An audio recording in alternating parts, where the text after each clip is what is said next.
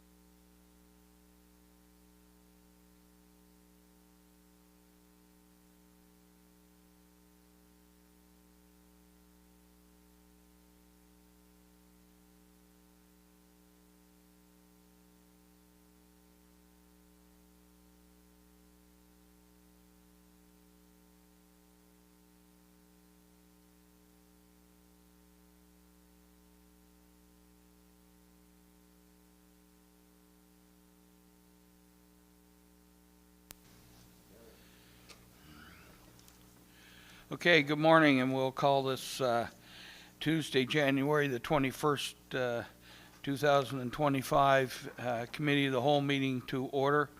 And we'll we have all our counselors here with the exception of Counselor Hiltz, who is out with quite a serious illness, and so all council is present except Counselor Hiltz, so that he isn't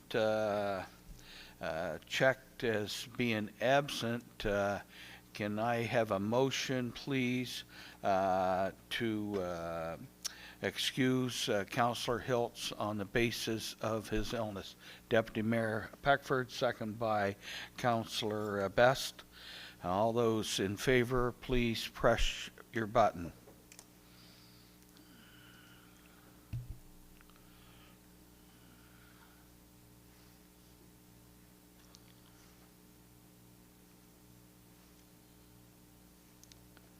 Okay, motion carried. Thank you. So, for the record, everyone else is here.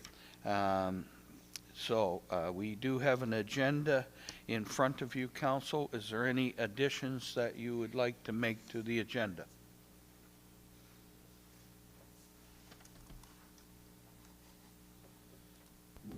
Councillor McPherson. Yes, Mayor, thank you. I would like to make, in addition to the agenda, the recent UARB decision on the appeal to the campground in Scotts Bay. Okay, and where would you like that? Under other business? Other new business. Okay.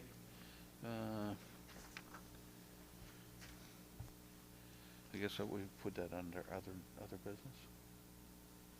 Okay, we'll put that on number 12 on other business. Okay. Thank you, Councillor McPherson. Any other additions to the agenda? No, seeing none. Would somebody like to move the agenda with along with that addition, please? Moved by Councillor Lutz, second by Councillor Sappington. All those in favor or against, please press your button.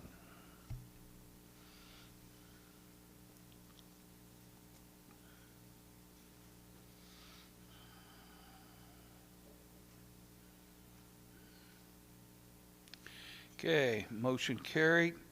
So the agenda is approved. At this time, I would ask, is there any councilors present that feel that they have a conflict of interest on any parts of the agenda that they'd like to declare at this time? Okay, seeing no councilor declaring a conflict of interest, we'll move on to the approval of the minutes. On December the 12th, 2024, we had a special committee of the whole meeting. Did anyone see any errors or omissions in those minutes? No? Would somebody like to move the approval of those minutes, please? Moved by Councillor Allen, second by Councillor McPherson. All those in favor or against, please press your button.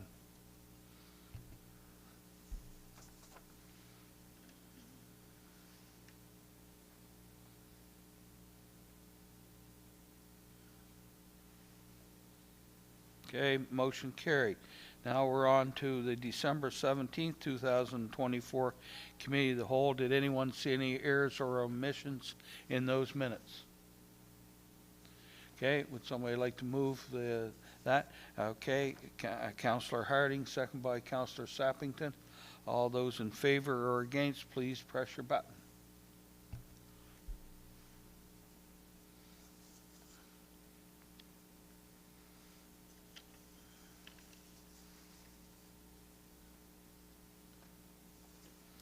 Okay, business arising from the minutes of December the 12th, 2024. Special Committee of the Whole meeting. Is there any business arising from those minutes that any councillor would like to bring forward, please?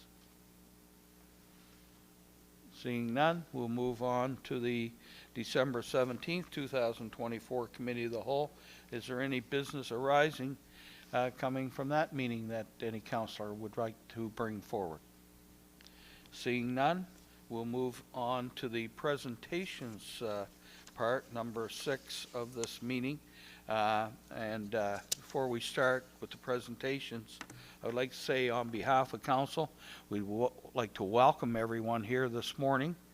And just to clarify, this is a Committee of the Whole meeting and it's not a municipal council meeting. At a Committee of the Whole, council members do not make decisions, but they typically receive your presentation and ask for questions of clarification.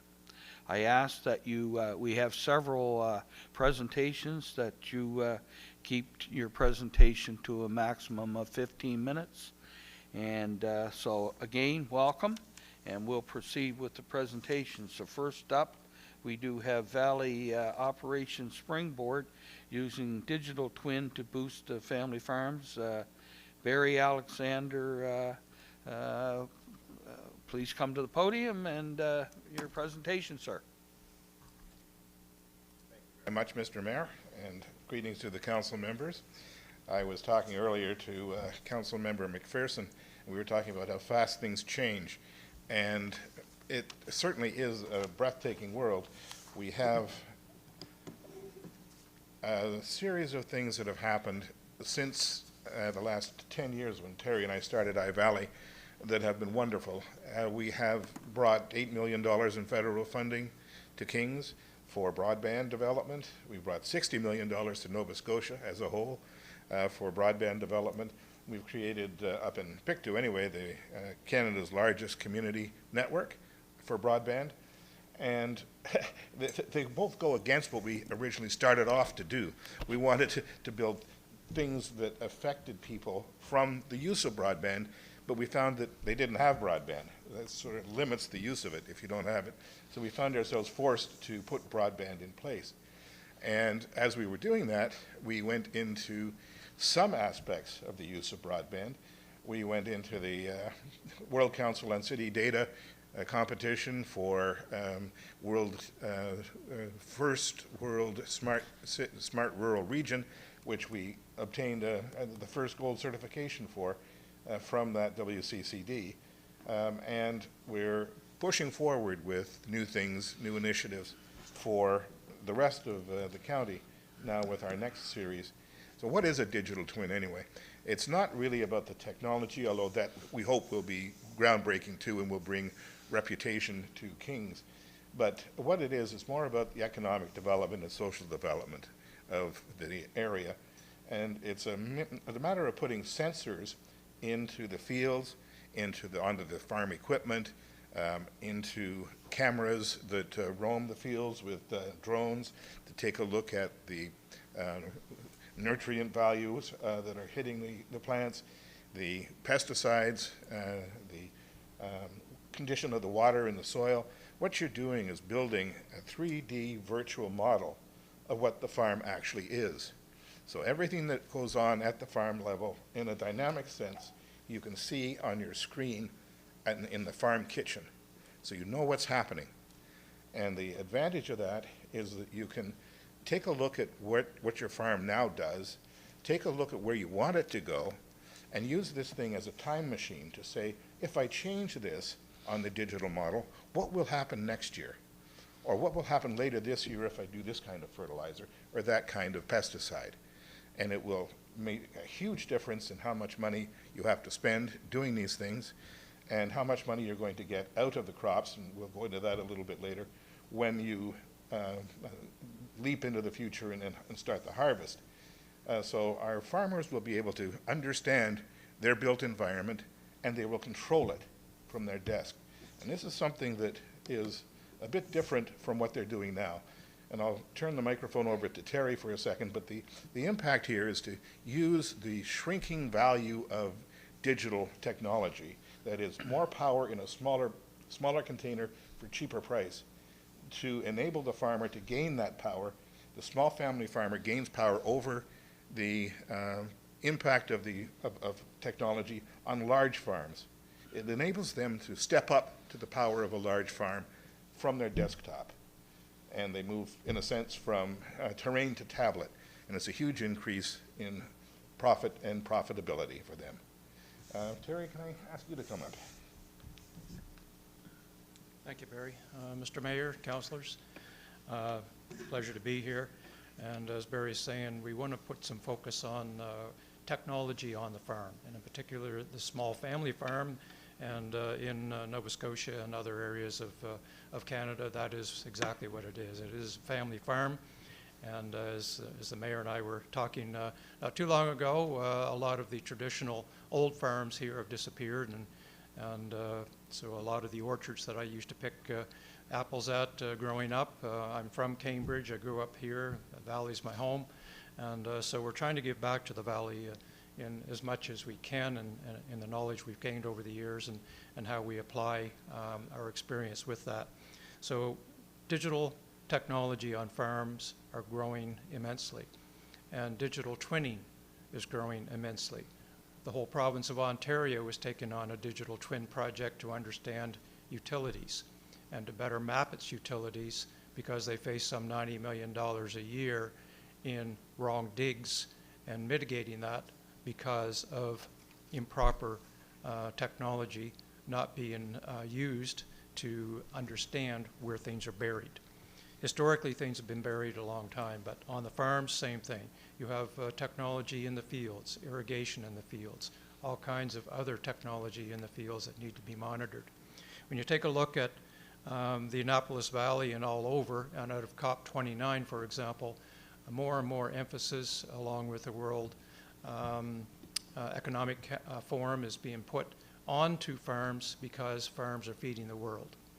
So given the situation in the South, we're going to be forced to undertake more opportunities in local farming as well, when it comes to horticulture, when it comes to hydroponics, when it comes to vertical farming. All these activities to support and buy local are going to increase because of these activities. Drone activity, for example, can be used to monitor and control pesticides, monitor soil conditions, monitor water conditions, things of that nature.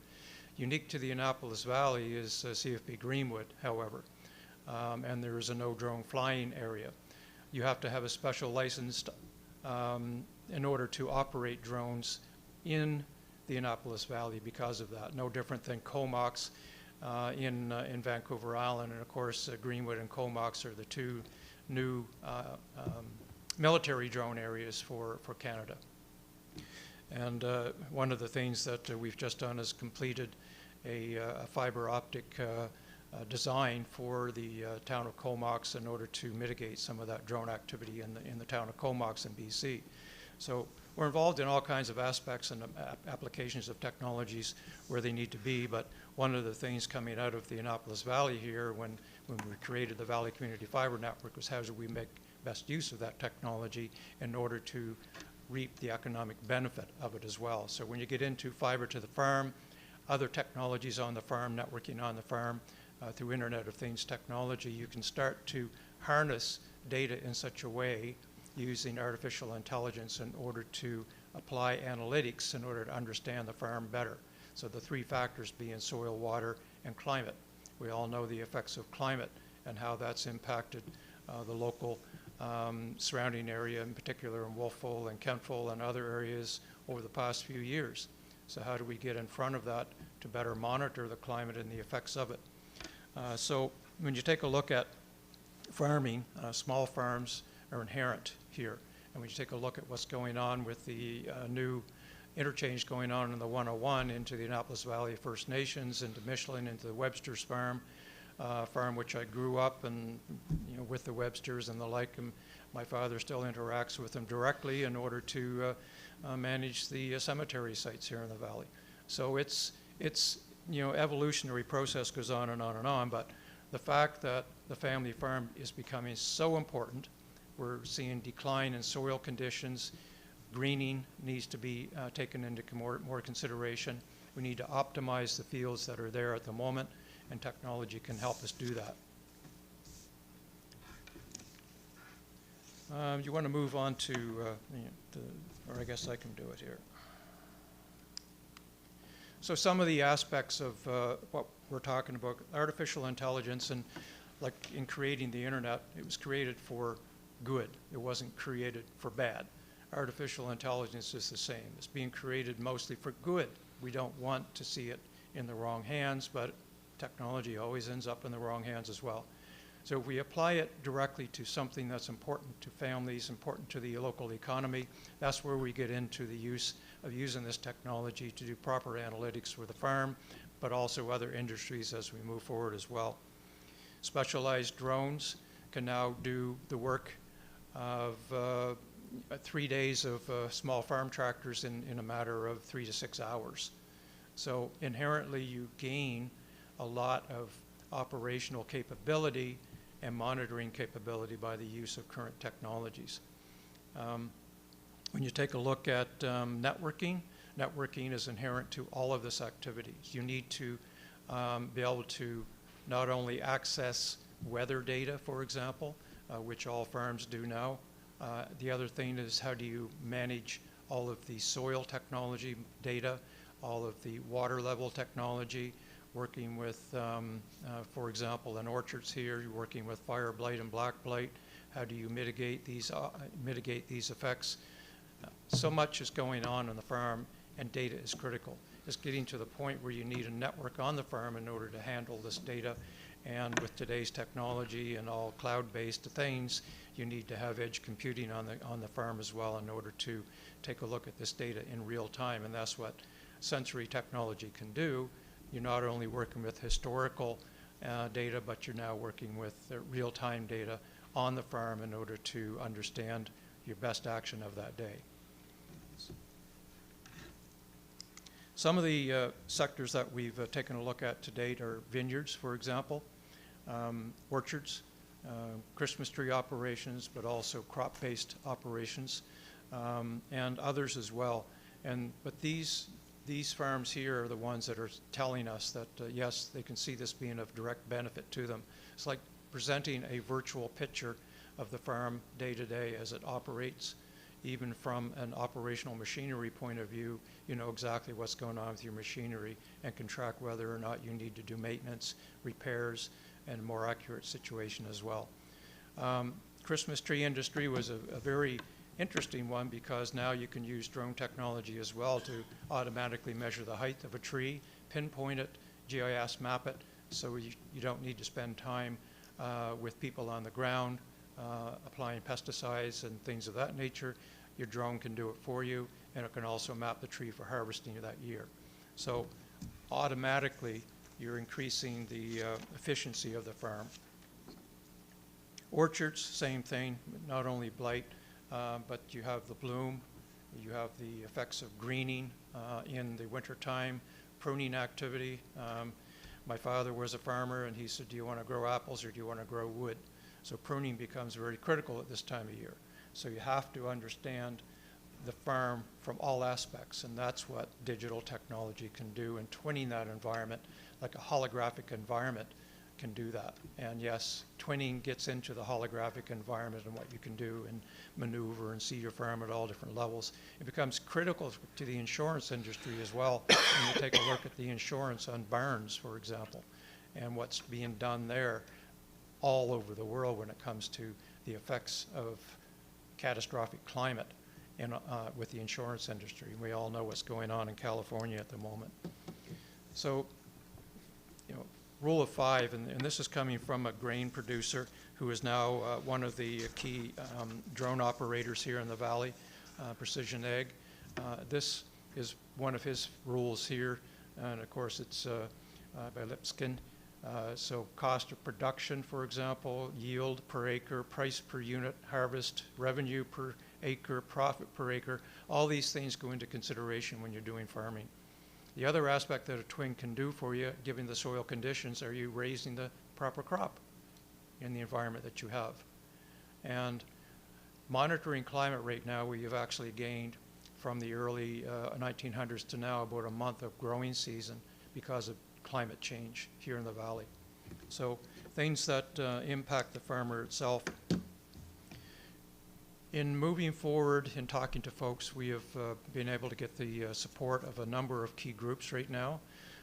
We have the Nova Scotia Community College COGS program, who are now lending to us 2 groups of students in order to map farms properly in the Annapolis Valley here. Kempfel Research Station, they like the idea. They want to work digital twinning into their research programs as well to understand some of their research aspects. Federal Department of Agriculture, University of Guelph, for example, not only the community college, but we have Acadia University, we have Dalhousie University and University of Guelph, which is a large agri-tech research university in Canada. Even in Saskatoon, where in my early days as a researcher with the National Research Council, we did the genome sequencing of canola to understand canola better and how to apply different technologies on the farm out there. So Grape Growers Association, Fruit Growers Association, specific farms, I mentioned Webster's, the Annapolis Valley First Nations, even consulting companies we've talked to who are supporting the First Nations activity at Webster's Farm right now as well. We have the support of the Valley Regional Enterprise Network in moving forward with this, and Nova Scotia government, where we've been asked now to present to the province these concepts in order to ensure that we can focus on not only the Annapolis Valley here, but various aspects of climate and the effects of climate. So these are some of the groups that we've been working with at the moment. And of course, next steps that we need to take is to continue to secure partnerships, understand what levels of this technology they would like to understand or use or implement. There's a lot of technology out there, for example, in the drone industry that we introduced back to Acadia University when they were rebuilding their life sciences building. We need to look at applications for funding.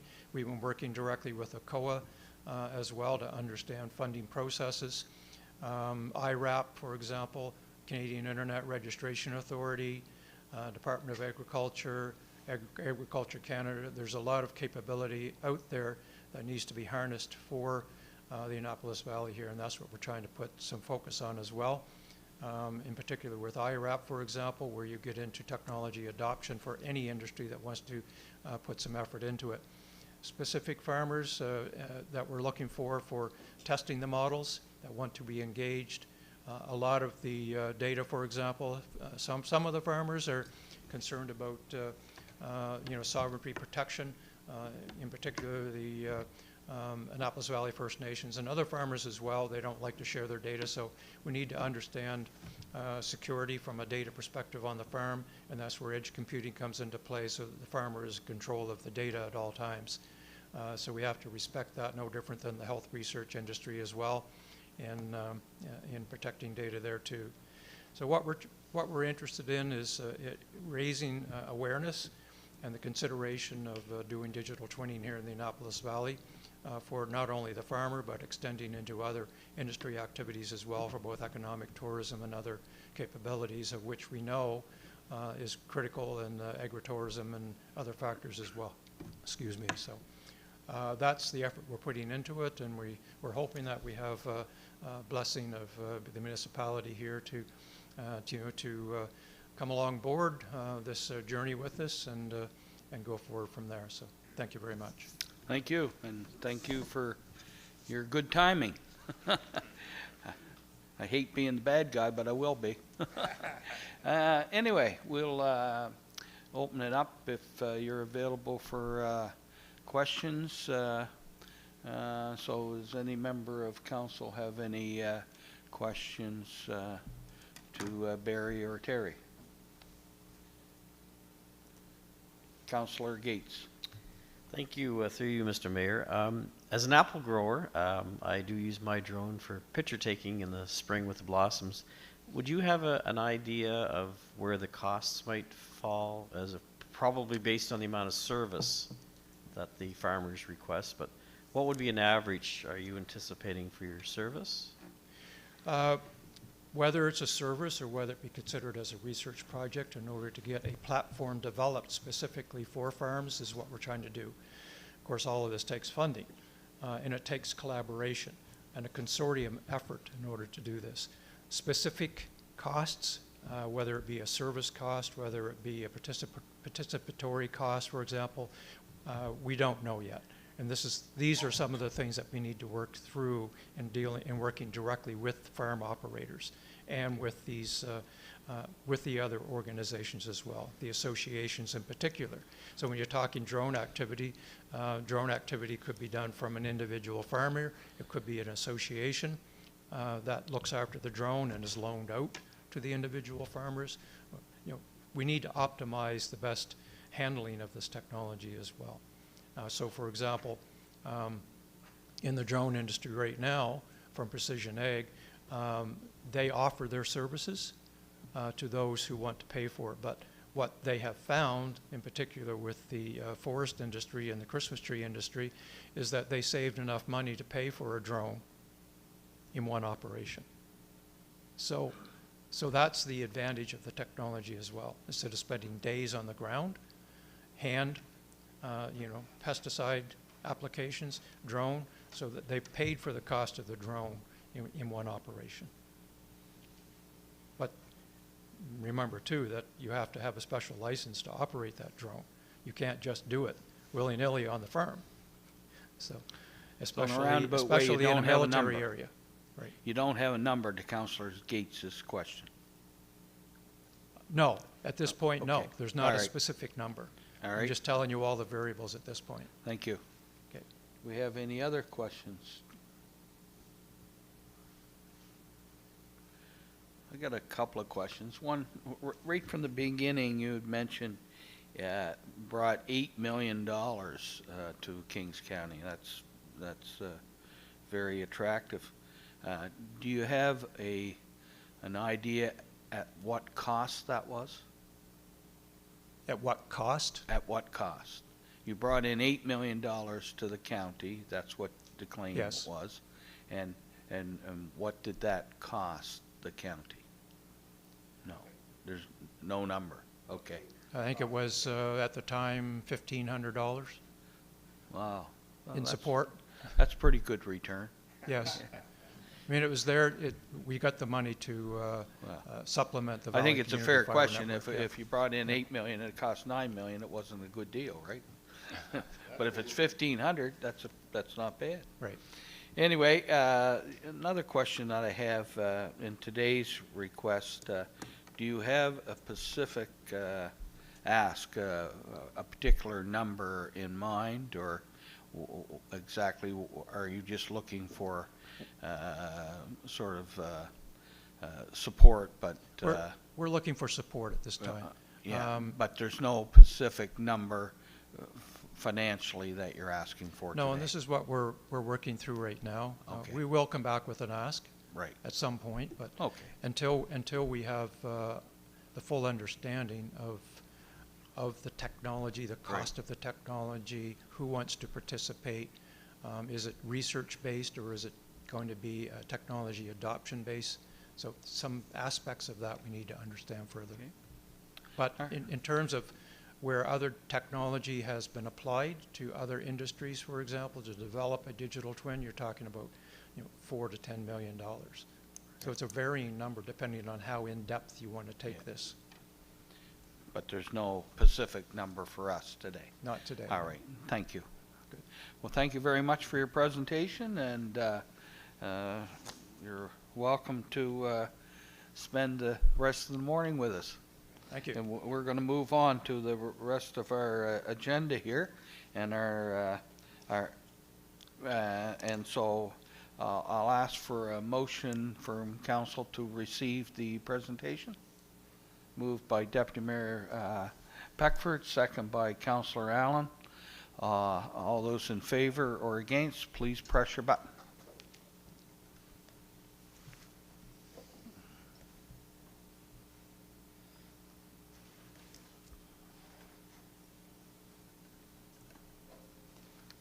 Motion carried.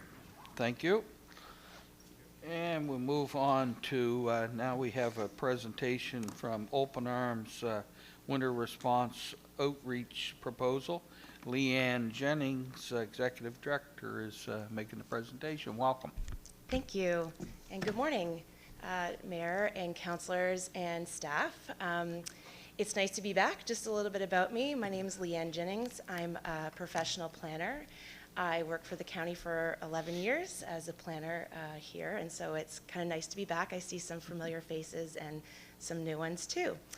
I've worked as the executive director for Open Arms for the last approximately for 1 year, and I'm excited to share with you that we have evolved and grown as an organization in that past year. And so I'll start with a little bit of background, and then I'll jump right into the proposal that I'm presenting today. So by way of explanation of our organization, we are a dynamic and growing nonprofit organization whose work is rooted in Christian values. Our mission is to create lasting and positive change by addressing root causes of homelessness and fostering a supportive environment for those in need. Open Arms is committed to treating every individual with dignity and respect, recognizing the inherent worth and unique journey of each person. So traditionally, we've operated shelter. That's been our primary service area for the last many years. In 2023, we expanded our shelter in downtown Kentville from 9 beds to 20 beds. And in August of 2024, we opened a second shelter site in the county. It's called Tiny Meadows, and many of you may know it by the term Pallet, which is the name of the company that supplied the infrastructure. So they're individualized units with separate hygiene units, and we have a hub building for our dining and communal space. And so that site currently has 19 occupants, which brings our shelter space up to 39 beds altogether to serve Kings County. We also offer housing programs in the form of housing supports. So individuals that connect with our housing support workers are offered supports in identifying housing opportunities, securing housing opportunities, and then sustaining those opportunities to ensure the longevity, and we don't want to return individuals back into homelessness. And we've seen some incredible success at housing individuals through our housing programs. And I should mention that our 2 shelter sites are fully funded by the province through the Department of Opportunities and Social Development, as well as our housing programs. And that includes a pilot that we're doing right now, which involves intensive case management. So We were able to secure funding from the province to support individuals experiencing chronic homelessness. This is a population that hasn't typically been served. And this comes with on-call supports for landlords that lowers the risk for landlords who may be hesitant to rent to individuals who haven't had a housing opportunity in a long time. And it also comes with a subsidy so that we're able to provide up to 50% of the rents direct to the landlord, which also lowers the risk for them renting to this population. We're very interested in becoming direct purveyors of affordable housing, so we're looking to both build and acquire existing housing and directly operating affordable housing, because we believe we're well suited as a nonprofit organization to have forever affordable and a proportion of affordability that makes the most sense for the population we serve versus, private developers that they're meant to have maybe 5% or maybe up to 30% affordable units, but we're well positioned to have a much higher proportion so that we can better serve the community. And finally, we run outreach. In the past, our outreach programs have looked a lot like people knocking on our door needing some help, and we give a handout and try and do the best we can to help those individuals get by. With our new professional staff that we've been able to hire, we're really moving towards a model of an outreach program that has key performance indicators. We do case management so that we're building relationship with the individuals we serve so that we can sustain the supports over a longer period of time and have those supports be really targeted to what those individuals need, with the aim of bringing individuals to greater stability versus just a handout to feed them today. They're going to need that same supports tomorrow. And so this is an area that has not been funded by the province, and it's the core of what I'll be talking to you about today in our proposal. Part of our outreach involves us operating a thrift store, which is in downtown Kentville. We offer discounted clothing and kitchen supplies for the general population, but we're also able to offer free items for individuals who are in need through our voucher program. And we also operate extreme weather shelter, and that's particularly relevant right now as we are experiencing a polar vortex in Nova Scotia, and we are currently operating an extreme weather response to bring individuals in from the cold, where the temperatures are dipping below -15, and with the wind chill that will be below -20 at times in the valley. And so that's an incredible service that we're able to provide. Although I will say that if we had a more robust and well-funded outreach program where we could better connect and sustain relationships with individuals living rough, we would be better suited and able to mobilize and bring individuals who are without shelter right now to our extreme weather shelter. Right now, with our limited staffing, we're able to try and do some outreach and individuals that we are aware of, but we think we can do much better, and we will have fewer people falling through the cracks in accessing the supports and the services they need. So this is probably goes without saying, but I'm going to outline the fact that there is a problem with homelessness in Kings County and the Annapolis Valley. In November, we participated in a service-based count. Homeless No More is an advocacy organization that works with Acadia University to do studies to understand what the problem is and how severe the problem is, and get some real data on the individuals that are in need so that our services can be geared and targeted. We don't have the full results yet, but the early findings are that the numbers are clearly on the rise. We have experienced firsthand the increase in requests for support at Open Arms. We're also hearing increasingly from the police departments that are experiencing increasing calls from individuals or businesses that need support where they may have an interaction with an individual experiencing homelessness. And it might be just loitering, or it might be some disagreements with their customers or with general public, and they are left with no one to call except the police, even though this really wouldn't be determined a criminal matter. And so what we're proposing is an alternative to a phone call to the police or emergency services, and to have a phone number for the public and businesses to call so that these individuals can be supported in the way that they need to be supported. Now, we're not going to be operating a crisis line, so it's not going to be an immediate response 24 hours a day. That would be amazing, and that's something we would love to see in the future. But it's still a phone number you can call. If you see somebody sleeping in the vestibule of an ATM, you can call us and we will make a connection in a timely manner. If somebody's just walking the streets of your community and you would like someone to do a check-in, that would be something that we would provide. And as well, we know that we live in a large county that has many areas that are not serviced by our transit. As thankful we are to have a transit system, there are individuals without cars or are not able to access the transit line who need transportation to services such as mental health appointments or doctor's appointments in general, or just to get to the food bank. And so by having a mobile outreach, we're looking to provide that service and fill that gap as well. I know that it's always on the radar of municipalities to ensure that the services they provide are within their mandate and jurisdiction, and we certainly don't want to be asking municipalities for anything that the province has responsibility for. So I want to really make sure I'm clear that I'm not asking for support for any shelter services or housing.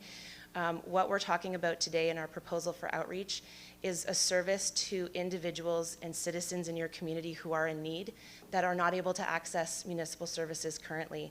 And I really want to draw upon some of the strategic plans within the municipality, including the municipality's strategic plan, which has a vision for a community of communities where all people belong, and the mission to enhance the quality of life for all through the provision of municipal services in an inclusive, effective, and collaborative manner. And I believe that there's a segment of the community that are not being served, and it's not within the capacity of current municipal staffing to provide the necessary services, whether it be the workload is not available or the training is not there. My staff are trained in nonviolent crisis intervention, motivational interviewing, trauma-informed care. We're well positioned to provide this service to the citizens of Kings County in a way that maybe other organizations are not. And I also believe it's in the spirit of the strategy for belonging toward equity and diversity to ensure that the municipality serves individuals irregardless of their ability to pay taxes or to pay for that service. And so we believe that there could be a really great partnership with Open Arms Resource Center and the municipality to ensure that none of the citizens are falling through the cracks and that they are supported in ways that is meaningful to them and connects them to the greater system of care. So now I'm going to speak very directly towards the proposal and what we hope to do. What we're calling it is a winter response outreach proposal. Our ambition is to have mobile outreach take place all year long, but we're in a very critical time right now where the weather has gotten much colder and more severe, and individuals are very much in need right now. You're probably all familiar with our Coldest Night of the Year fundraiser, and I really hope everyone participates. We're really grateful the municipality puts a team in, and I believe they're going to do so again this year, and so we will have funding that comes in. We've set our target to $150,000, so we're really ambitious and hopeful that that will give us the funding we need to continue this throughout the summer. But this is a winter response that is for right now. What we do as a mobile outreach team, as I've already described a little bit, is that we'll use our Open Arms vehicles to go throughout the county with the support of you as counselors and businesses to help us identify where are some of those spaces where you might see tents in fields, or you might know of where people are sleeping rough, that we can go out and start building a relationship and supporting those individuals to greater stability. And we do that through case management, which is really a way of saying that we record our conversations and that we come back and we build upon the conversations from before. And we have street outreach so that the urban areas, and I mean like the Port Williams or the Kingston communities that maybe need some feet on the ground to do some walks up and down the street from time to time to check in on people and to be a presence in the community. And of course that phone number I think is going to be really critical, that we could say here's the Open Arms outreach phone number and you can call us and you can connect with somebody. Maybe it's just for advice, or maybe we're out the next day, or maybe we're already in your community. We can touch base right then. And so that would be the main gist of our outreach, our mobile outreach, but also to promote community awareness and help people understand the plight of the homeless in their communities. And then the other aspect of this would be a drop-in center. And we haven't fully determined a location for the drop-in center, but once we have funding, then we'll be able to explore exactly where. Right now, we offer drop-in services out of our office space in the town of Kentville. we have limited ability to offer that, but we have food service. Out of our shelter site in downtown Kentville, we offer 3 meals a day for anyone who needs it, and that is an unfunded service that we provide. But we can see ourselves offering maybe pop-up shelters in the west end of the county, in Kingston Greenwood area, for instance, if the need is there, and also we have a presence in the east end of the county as well. Right now, our extreme weather response is located out of the Orchard Valley United Church in New Minas, because we know the need in New Minas is great. Some of you may be aware of an encampment that's kind of in behind some of the commercial areas. And so we're hoping to connect those individuals. And our outreach is really meant to support basic needs, some very critical, keep people warm, bring them into a space where they can have a warm bowl of soup, and provide them with hygiene products and clothing if they need it. And then really through building a relationship and leveraging our partnerships, we're able to connect them with the system of care that exists. And so the request I have for you today is to support us with funding. I've calculated the cost for a 4-month winter response, and we have some funding already from the Office of Addictions and Mental Health, as well as the Wolfville and Area Interchurch Council. That has allowed us to start up our outreach in its current form today, but we know we need to ramp up. And so the remaining costs, what I've done is divided it up by all 4 municipal units in the county according to uniform assessment, which I understand is a standard practice in terms of cost sharing within the municipalities. So that brings the request to you today for $103,496. And of course, as funders, we would provide you with regular reporting and accountability so that you know what we're, not just what we're doing, but the outcomes that we're achieving, because we strongly believe in responsibility and accountability to the general public and specifically to our funders. And I request that given the urgency around this matter, that a decision from the committee be made today, making a recommendation to municipal council, if that's at all possible. As I said, the need is urgent, and we would like to be ramping up our services so that no citizen is left behind. And so I'm available for questions if you have them. Thank you. Unfortunately,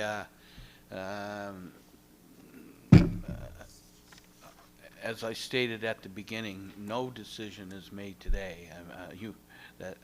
I understand you. That's what you want, but this is not a decision-making body today. So. Yeah. So just for clarity, I was asking for the committee to make a recommendation to council. Right. Okay. Thank you. All right. So we do have some questions for you, and we'll start out. Councillor Best. Thank you, through you, Mayor. Are you making these requests to the town of Kentville, Wolfville, and Berwick? Yes, so thank you for that question. Yes, all 4 municipal units are being presented to, and the request is being made. Again, the amount of the request is based on the uniform assessment, so the division of the overall expense.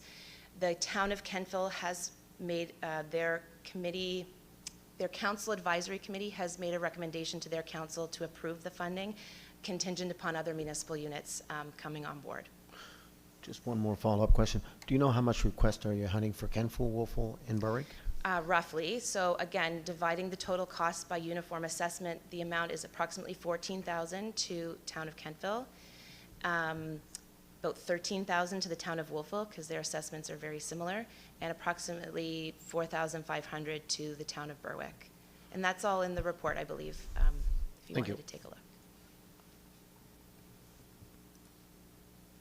Councillor Lutz. Thank you so much, Mayor. Through you, thank you for your presentation and for being with us this morning. I'm curious about, having just been traveling around the county and seeing firsthand some examples of, people being unhoused in our community. I'm curious where people are going during the day. I know they're spending time in the shelters in the evening.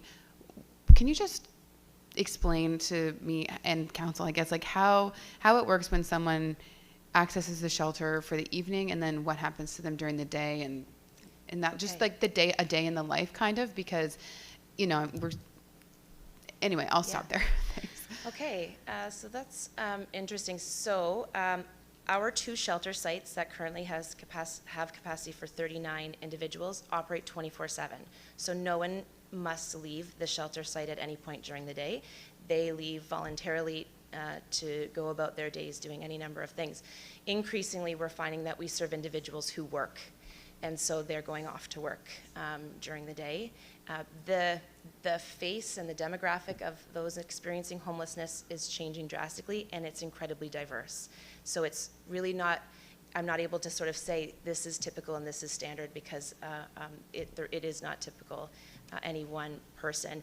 We're hearing from businesses in urban centers that there are folks that are loitering and spending time, the coffee shops, some people, especially those living rough that aren't connected to shelter, they seek refuge in warm places like coffee shops, or the People Works center that has a computer station. People are falling asleep there because maybe they didn't sleep last night. And so this is why we feel the drop-in center is a really nice complement to our mobile outreach. So if we connect with an individual and they have nowhere to go, we can bring them somewhere warm for the day to have companionship and like I said, food and basic necessities. Could I ask a follow-up, Mayor? Oh, you got another? You got another one? One follow-up, thank you. And when you say you're seeking for, a drop-in location, what type of location are you looking for? Are you thinking like a community center, like a residence, that type of thing? Just wondering what type of infrastructure you're looking for. Yeah. So what we're able to do right now is we have an office space in downtown Kentville that functions as a drop-in right now. It's, table and chairs, a fridge for some food. Our ideal space would have access to laundry and showers, as well as food production space to provide a full, breadth of services. And that could look like an office space, probably not residential, but it could be a community space. Like I said, right now we're operating out of Orchard Valley United Church that offers all those services. So it could look a little bit different depending on which community we're in. And that is part of this ask? Yes. The drop-in center? Okay. Yes. Thank you so much. Councillor Sappington. Thank you, Mr. Mayor. First off, I have a comment and then a couple of questions. First off, I would like to say that I do go to Orchard Valley United Church, and we are, I could say I am very proud of my church for stepping up, and we provided emergency service right before Christmas and then last night, and your staff was amazing. I met Gary and Emma last night, and the previous time I met Curtis. And because I saw what your staff did the next morning when I went and checked after everybody left, you couldn't tell that anybody had even been there. I then went to the village of New Minas and said, look, we just have to open the doors at the community center. Literally, open arms just need you to open the doors. We don't even have to provide staff. The church doesn't, the village doesn't, because frankly, we need qualified staff to be able to help. I hear that the village is now offering, if the power was to go out at our church, the ability to use the Louis Millet Community Center because they have an emergency generator. So that gives me peace of mind. My concern is the overlapping of services. I feel like, from what I hear, being the chair of the Police Advisory Committee, that the municipality is paying for the services of the RCMP, and from what I hear, there is a dedicated outreach worker with the RCMP. Correct? No? I'm not aware, but Okay. that doesn't mean that they don't exist. Okay. I guess when it comes to police services, we feel that we're very complementary. By no means do we think we can replace the police service, but when you look at individuals in need of supports and relationship, the concern is that by sending police in response, you're criminalizing their behavior, and often it can be incredibly traumatizing to be responded to by an officer, especially if they're in uniform. And so we see ourselves as freeing up police time to do police work so that we become that response instead. So we're hoping that we can create some efficiencies and complementarity versus any duplication. Thank you. And then I guess the other concern I have is we are kind of skirting around the issue because I also called our new MLA, Julie Van Exen, and we discussed it. And my concern is yes, the people are unhoused, but really what we are missing is that what we are attempting to provide is health care, correct? I would not say that our services provide health care. We are not qualified to do that. How I would describe it is that we're connecting with individuals so that we can connect them with the existing systems of care. That could be health care, it could be mental health services, it could be employment services. What we're seeing is a gap in individuals, particularly as if you're living rough, your entire world is on survival, and maybe you don't know of what services are available, and you certainly don't have the wherewithal necessarily to get to those services. I think it's safe to say any one of us whose lives are not experiencing the degree of trauma can have a hard time navigating the system and the services. So what we're doing is really supporting those individuals to connect to those health services and other services. And also, if you're coming from a background having experienced trauma, you might not be ready to receive services. So part of the role of our staff is to journey with the individual through trauma-informed care and motivational interviewing to bring them to a place where they can start trusting other people and allowing them to provide them a service. So there's a real gap between living homeless and living rough and having the services that you need, and we believe that we can fill that gap. Thank you. Who's flashing here? Okay. Counselor Gates. Thank you. Through you, Mr. Mayor. Awesome presentation, Leanne. I just have two quick questions, and I'm sure you're aware of the municipality's grant program. And I'm just wondering if you might be able to provide additional detail for the budget, for the numbers. Sure. So what we're proposing is an mobile outreach team with 2 staff, so that we always send our staff out in pairs for safety purposes. And so, and we would have a backup staff in case someone is sick, so that our mobile outreach service is continuous and reliable.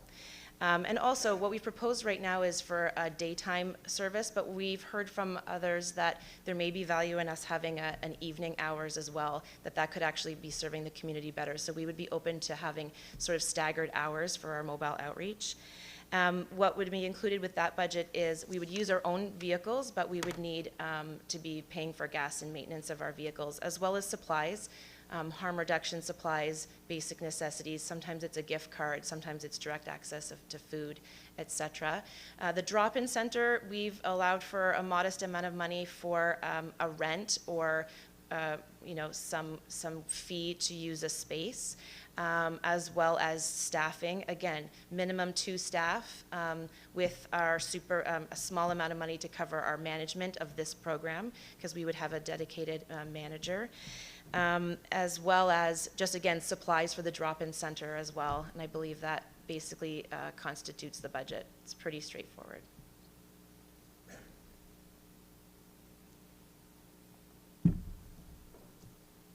Did you have another question, Counselor Gates? You said you had 2. Okay. Maybe I missed one. All right. Deputy Mayor Peckford. Thank you. Through you, just like to start off by saying thank you for all the work that you do. I know that is quite difficult at times, and I'm sure it can be thankless also at times. This question is just pertaining to funding. I know you mentioned you work closely with the province on many other programs that you guys provide. Is there any reason that the province is not providing more funding for this outreach program? I know you most likely work with the Department of Community Services. Have you approached them? What is their response? Yeah. Yeah. Thank you. Yeah, that's a good question. So as I said, we're fully funded for our shelter services and housing support services. I have provided this proposal to what was the Department of Community Services. In terms of a winter response, they don't respond quickly. They're also in the process of developing a strategy, so I don't know if they've fully determined whether they support this type of service. Because it's more clear if it's a housing service or if it's a shelter service. Also, with the change in government, what I've been told is that they're still awaiting their mandate letters. So a few different reasons why I believe they're not prepared to provide us financial support at this time. It's possible in the future on a go-forward basis they would see fit to fund this. All right, thank you. Councillor Harding. Through you, Mr. Mayor, thank you for your presentation. It's very enlightening. The question is, are there other organizations you could get funding from? Because I say that because I've 25 years in the Lions Club in Berwick in our district. We continually, in our district, raise money for these kind of things. So I'm just wondering, as a whole, for the whole county, is there other places that you'd be able to get funding from? So in my 1 year at Open Arms, I can say we have multiple organizations that support us through our Coldest Night of the Year fundraiser. Last year, we raised approximately $90,000, and that went directly towards our outreach coordinator, and that allowed us to continue with employment kind of into the year and outreach supplies. We do receive direct supports from donors throughout the year and churches as well. But in order to move from a system where we have one person doing outreach in a more ad hoc manner to a fully robust program that has metrics and policies and procedures in place, to have a more robust program that has that accountability, we need more funding to bring that to the level we need, and then to also move into mobile supports. So we're ramping up our degree of service, and that's why we set our goal for Coldest Night of the Year at $150,000, so that we can start fundraising the amount of money we need to support our services. We're just in a time right now where we have a bit of a gap. Thank you. Councillor Allen. Thank you, Mayor. Through you to the presenter. The other day I read in the news where there was a homeless person, age 15. I was just wondering, is there a minimum age that you take people in? Yes. Because of legislation, we serve individuals who are aged 19 and above. The Portal Youth Services is a program that supports individuals, I believe that age starts at 16, although there is a gap in service in the Valley in that individuals aged 16 to 18 don't have access to emergency shelter within the system of care right now. But yeah, it's because of the definition of youth within the provincial legislation, and it requires us to have different insurance and have different training, etc. So we have historically, and we will continue to support individuals aged 19 and above. Thank you. Councillor McPherson. Thank you, Mayor. Excuse me. Through you, please. Leanne, thank you very much for the presentation. Very informative and not surprising. And I don't think there's anyone here who would feel that they are not empathetic and want to reach out and support people who are struggling in society at this time. And it's quite evident as you drive through the province that there are a number of people who are struggling. It's not surprising with the economy, cost of living, and all the issues that citizens are facing in this day. Your initiative, I think, is a very good one, and I don't doubt for a moment that it's very much needed. I think in listening to the commentary and the presentation that maybe the issue or one of the issues that arises is around responsibility. And whose responsibility is it to provide services in support of individuals who very much need support? And, Councillor Sappening talked about redundancy of services or overlapping services. I think there may be fear at times of entering into a rabbit hole. And what that means is, if the municipality takes on responsibility for housing, for example, which we all know is a provincial responsibility, and you engage and you go down that rabbit hole, it becomes broader and bigger and maybe less controllable than you anticipated. And then all of a sudden you have an ownership for that. So I guess what I'm trying to say is that I think we're all very empathetic and in agreement and recognize the need and the potential of the presentation that you're making.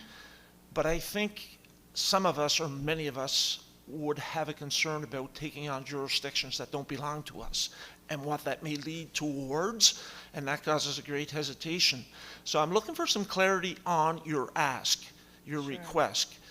request.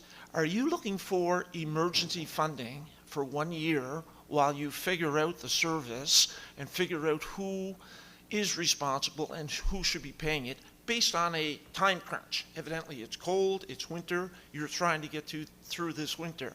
Or are you requesting ongoing funding and the municipality take on responsibility for a service that some may argue belongs to the province? That is very well articulated, so thank you, Councillor McPherson. Yes, at this point in time, I'm not particularly clear on exactly where the responsibility of the province begins and ends as it relates to individuals experiencing homelessness. I'm appealing to you as a municipality to serve these very vulnerable citizens, and so that would be, I think, very fair to say that I'm asking for emergency funding to provide the services where there's a giant gap right now, and that there would be a commitment on an ongoing basis to provide clarity and work, perhaps bring the municipality and the province to the table to have a conversation as to whose responsibility, where does one end and the other begin.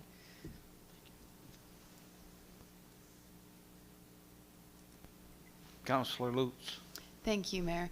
I'm just thinking, if we're near wrapping up questions, if it might be smart to convene a meeting like was sort of suggested with maybe the area MLAs to chat about that responsibility. And you know, I hope that the conversation around this item is not simply a receiving of the presentation today, but potentially the ability to have some discussion about this at our next council meeting if we aren't ready as a group because of some of the unanswered questions around responsibility, gaps, budget, etc. If we might leave the door open to having a conversation with more information in 2 weeks at council, and be able to more fulsome have a better, I guess, more fulsome conversation today, and in hopes that maybe our MLAs of this area could convene with us as council for a meeting between today and that time, so we can get some clarity on some of those issues. Thank you. I think that's a good suggestion that maybe we can ask staff, see if they can arrange a meeting with council and our local MLAs, that's for sure. I do have a question too. Concerning, I noticed that one of the funding that you have $22,500 for addictions and mental health. Is that a one-time thing, or is that every year for 3 years, or how is that? Right. So, for the first time to my knowledge, the Office of Addictions and Mental Health created a wellness grant. We were successful at getting funding to hire one position. It would be an individual with a mental health worker, so someone who has specific training and expertise in working with individuals who experience addictions and mental health. And that person would be part of the mobile team to do that motivational interviewing that I talked about. It's not counseling, it's not therapy, but it's being able to meet people where they are and bring them to a place where they are more able to access services. So that's that part of the budget. So that's 3-year funding. And so what I did was the amount that would be covered from that January to April 4-month outreach, that's the amount of funding I have for that duration. Okay, all right, thank you. Don't see any other lights on, so I want to thank you very much for your presentation today, and I think Councillor Sappington, McPherson, and Lutz have penned the idea that we need to try and get a meeting as soon as possible with our local MLAs and see where responsibility lies there, as Councillor, as you stated, Councillor McPherson aptly articulated where this could go, and we are concerned, but we're also concerned to taking over their responsibility when they should be doing it. So we will make that commitment to you. We'll be asking the staff to see if they can set up a meeting with our 2 local MLAs as soon as possible. Unfortunately, one of them's a cabinet minister too, so that may help. Again, thank you. Thank you very much. Okay, our next presentation we will have is from Valley Waste, our General Manager, Andrew Garrett. Welcome, Andrew. Oh, I'm sorry, before I do that, I would like to have a motion from council to receive the presentation from Open Arms, please. Moved by Councillor Sappington, second by Councillor Lutz. All those in favor or against, please press your button.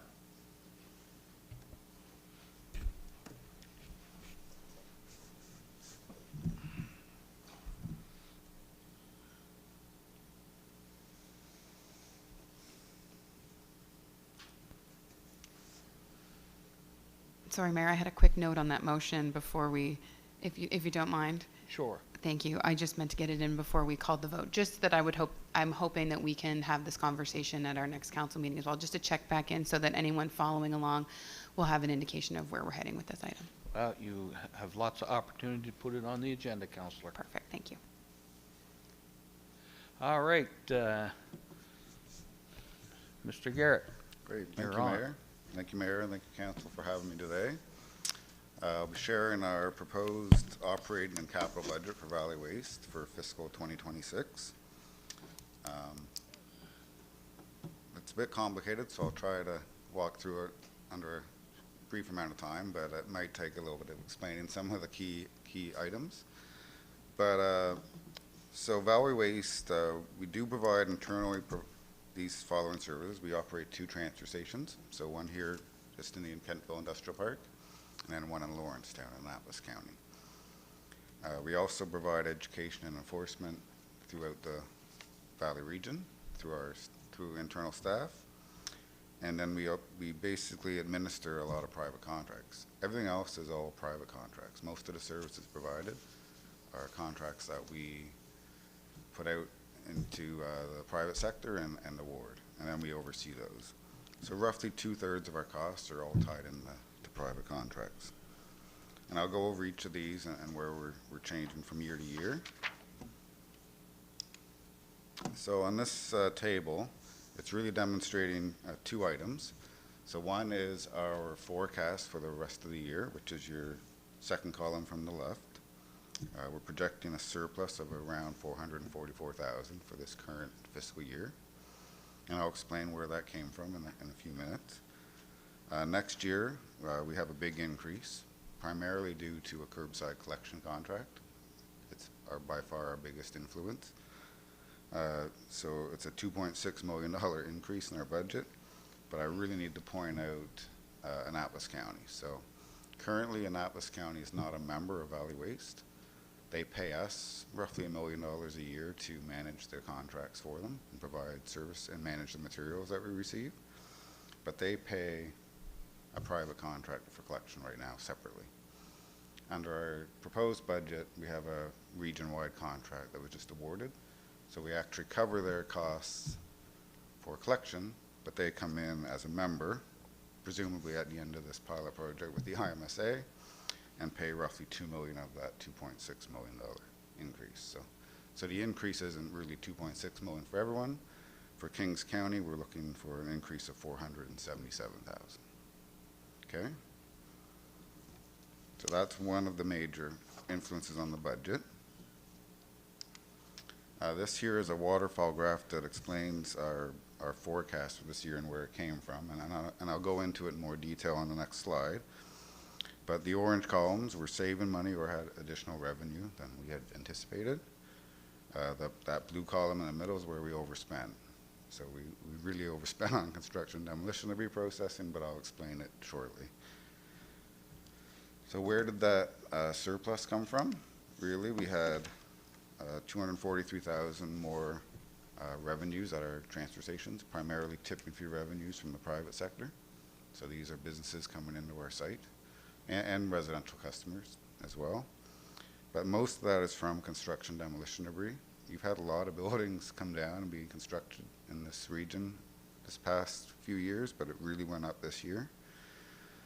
Scotia Recycling, which is that recycling facility that's on our Kentville site, we lease them land. They're actually our biggest customer. They send us 2,500 tons a year of of waste. But they receive waste from all across Western Nova Scotia, or recycling. We actually anticipated a drop in that, but it continued up for this year. It's dropped the last few months because of a fire, obviously, but overall revenues are projecting higher. I won't try to explain diversion credits in 15 minutes, but we do get funding from Divert Nova Scotia to sort and divert material from landfill. We received an extra $50,000 just this summer from an adjustment from the year before that was unexpected.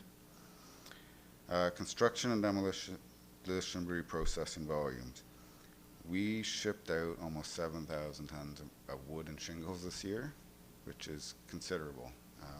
Again, we've had more material coming in, but that also includes some material that was carried over from previous years that we found a market for. But we also focused a lot more of our time on sorting wood.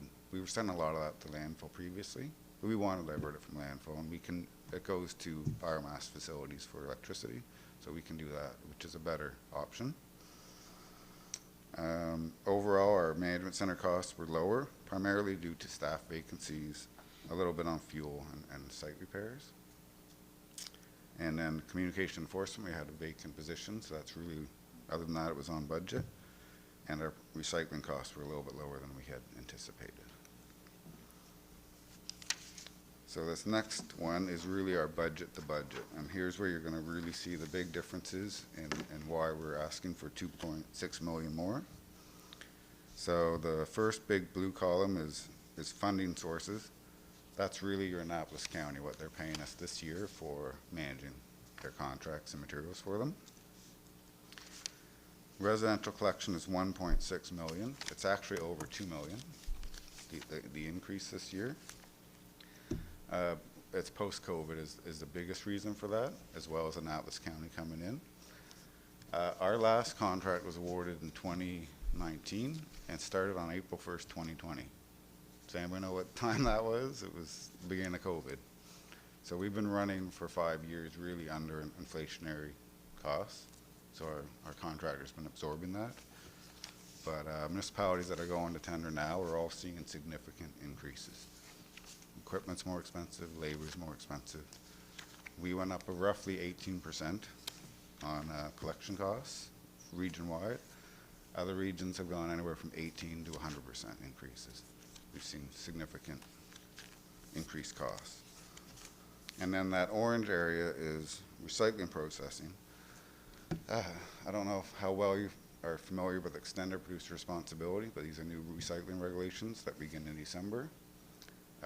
Private sector, the brand owners that distribute your packaging are going to cover the costs of our curbside residential recycling program. So we're actually going to, that's why that collection cost went from 2 million to 1.6. We're saving money there in the last 4 months of this year coming up. And another 266,000 in processing, what we would pay Scotia Recycling. That's only for 4 months. The following year we'll have a much bigger decrease. So other key budget influences. So I've already touched on that. Was counted. They would, if they remember, they would pay 21% of those municipal contributions, or roughly $2 million. Employee compensation, $175,000. So we have 34 staff. We are not unionized, but we try to treat our staff very well. So we actually do an external review of our compensation package every 5 years, and we did that a few years ago, and it did come back as that we're competitive, but that we continue paying CPI increases. That is what is keeping us competitive. We always take the 12-month average at budget time from the previous 12 months, which is 2.8%. So that is what's in the budget. We are asking for one additional staff person, so that's included in that 175. And that's really a utility worker at our Kentville facility. We've seen not only an increase in construction demolition debris, but also stewardship programs. So there's more stuff that we manage, electronics, batteries, light bulbs. All of these are new programs that have become regulated, We get money for that to handle it, but it is a labor cost to manage that. Just wanted to point out that there are step increases included in that as well. We have anywhere between a 5 and 7 step program for staff on a salary scale, but most of our staff, almost 2/3, have been with us fewer than 5 years. So we've had a lot of turnover, particularly in the transfer stations. We used to get 100 applications. We might get 10 now, or 20 applications to work at our facilities. We've had a lot of change. So there is potential for growth there over time as well. So the major contracts, so I mentioned earlier that all of these are private contracts. Most of these have annual increases built into the contracts, whether it's a 3.5% adjustment, a 2.5%. Sometimes it's tied to average CPI, kind of like our wages. And some of them are strictly based on volume. So we had an overall increase of 1.4 million, but we had 1.6, so we made up ground in other areas, but 1.6 million on collection. Landfill, 43,000. So we just pay average CPI on that. We're currently paying $66 per ton, but it would be the average CPI over that going forward. Recycling, we're actually seeing reduction of 267,000. That's that regulation for recycling. Organics, pretty flat on volume, but there is a 2.5% annual increase on that contract. Construction, demolition, debris. So even though we spent significantly more, we're actually asking for less money next year. And that's because we'll be processing a lot of that ourselves. Purchased a wood grinder this year. There's only one contractor in the province that provides the service, so we can keep up with our wood and so on going forward with our internal staffing and market that to those biomass facilities. Hazardous waste processing, we're looking at a decrease of 12,000. Really, it's because now we're getting paid for batteries, we're getting paid for light bulbs, we're getting paid for, or we're getting rid of our oil and glycol for free. So those are new regulations as well. That's our operating. So on capital, we really split it out into 3 elements. So our rolling stock, that is equipment that we have that we need to replace. Proposed new equipment, and then our building and infrastructure, which is our biggest budgetary ask. So in terms of rolling stock, we're just asking to replace one of our loaders at $400,000. That's to replace a 2013 loader with 16,000 hours on it. It's really well beyond its useful life. As for new equipment, we are asking for a smaller, basically a loader half that size, to help with sorting construction and demolition debris up at our Kentville facility. So we actually built a pad this year for demos to empty their product on, and then we sort it. But moving that around would be easier with another loader, a smaller one. I didn't have the number in there, but $150,000 for a generator and hookups at each transfer station. This is really for disaster preparedness. We've been really fortunate that we've avoided those major hurricanes and wildfires. We did get some flooding, but learning from our peers across the province, there's very limited amount of equipment around when that happens, and you're all racing to get it ahead of somebody else. Partly why we bought the grinder as well. Cape Breton had 20,000 tons of trees come down a few years ago. That's significant. So you have to manage that. But the generator would keep our transfer stations, at least one of them, running under that situation. We can still run just without compaction, so it would be more expensive and slower, but this would help improve our disaster preparedness. And here's the big one. So our 2 transfer stations were built in 1999 and have never really been upgraded or outside of a warehouse. We've never really added anything to our facilities. And so actually in our current year's budget, we had approval to get engineering done for an expansion of the Kentville facility. that RFP closed last week. We had 7 bids, and we'll award that this week. But 2.6 million, we need to expand that building. It was designed for garbage, and only garbage at the time.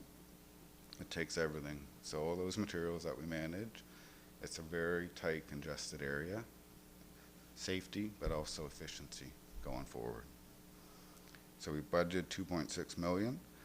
Just so you know, on Kentville, we looked at the pre-COVID numbers to now. Tonnage is up 24% and traffic is up 16%. We're getting a lot more people come through that facility.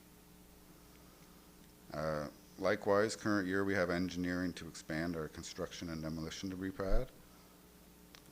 We're waiting. That was awarded.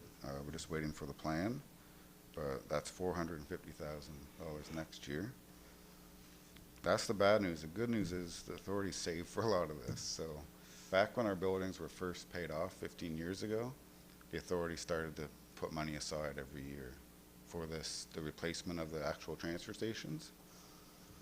Good news is the buildings are structurally sound, they just need upkeep. So we're looking to expand instead, and we've saved 3.3 million. So a lot of that money is saved already.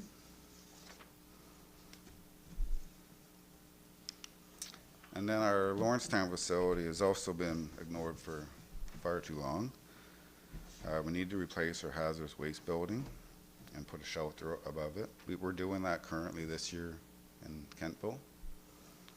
We've outgrown it. It's rotting away. It needs to be replaced.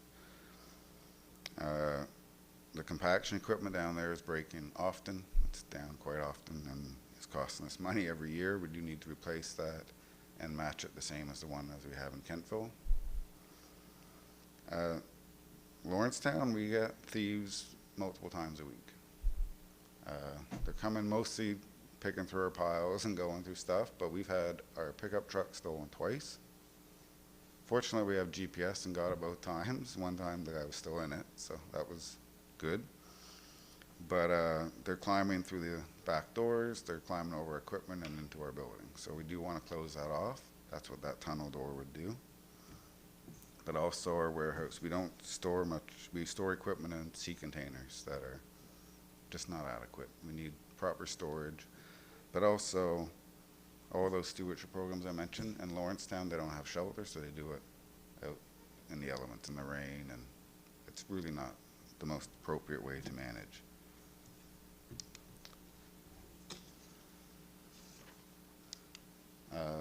So final slide, just to explain that we do have a capital infrastructure reserve of 3.3 million.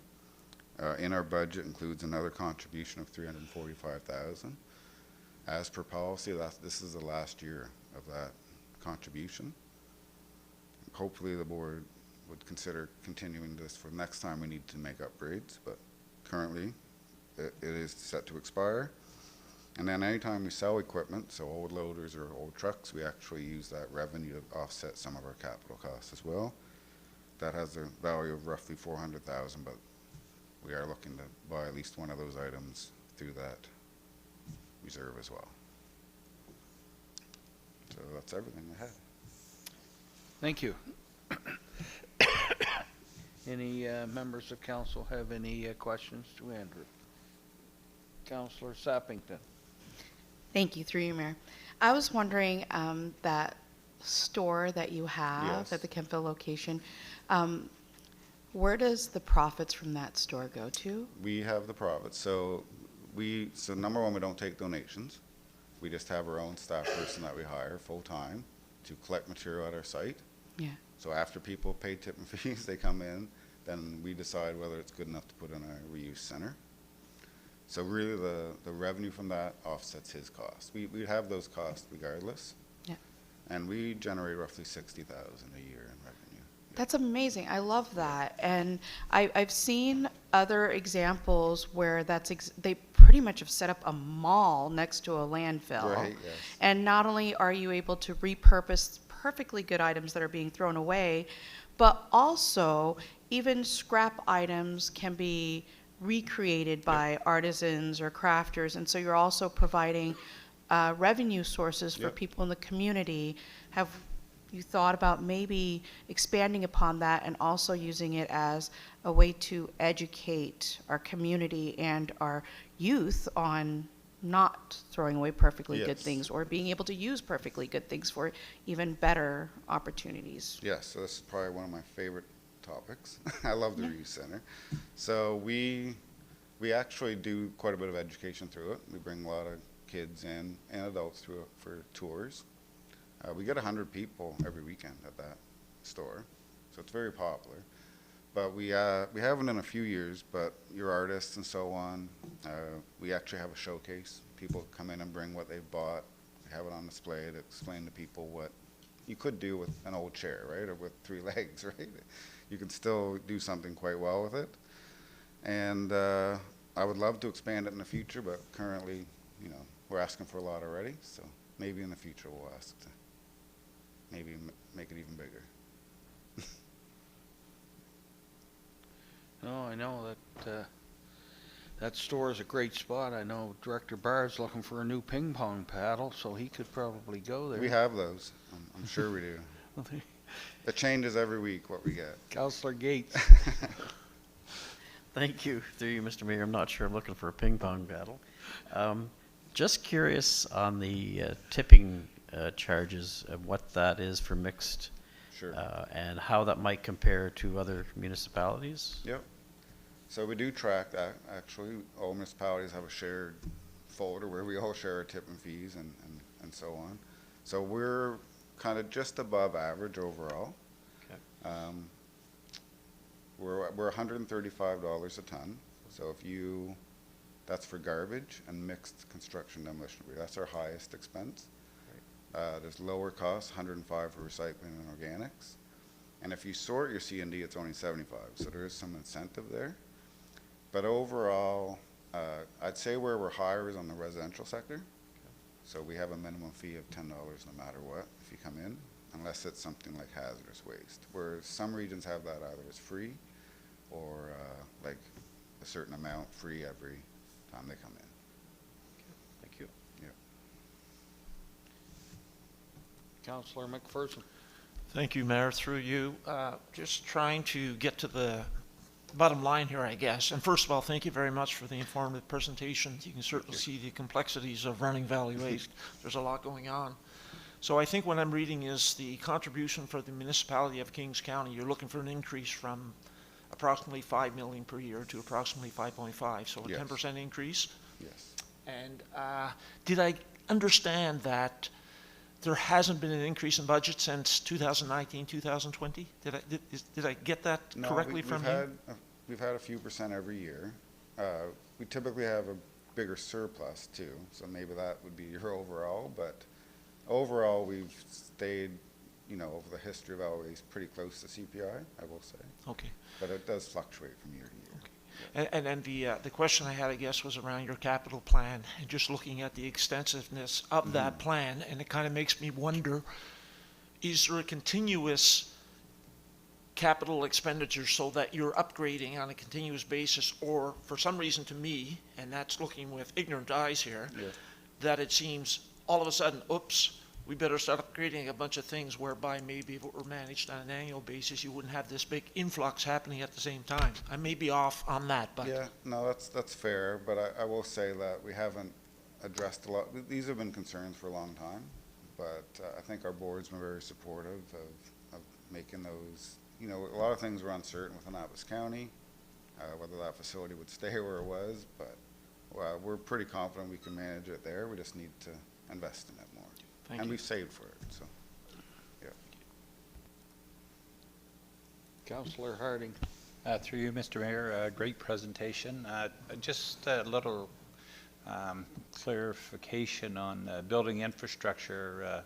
The timeline on that, you're hoping to start that Yeah, this year? And so the engineering would be this winter. Yeah. And then we would award, issue a PO or another RFP to have it constructed next year. Thank you. Yeah. Appreciate it.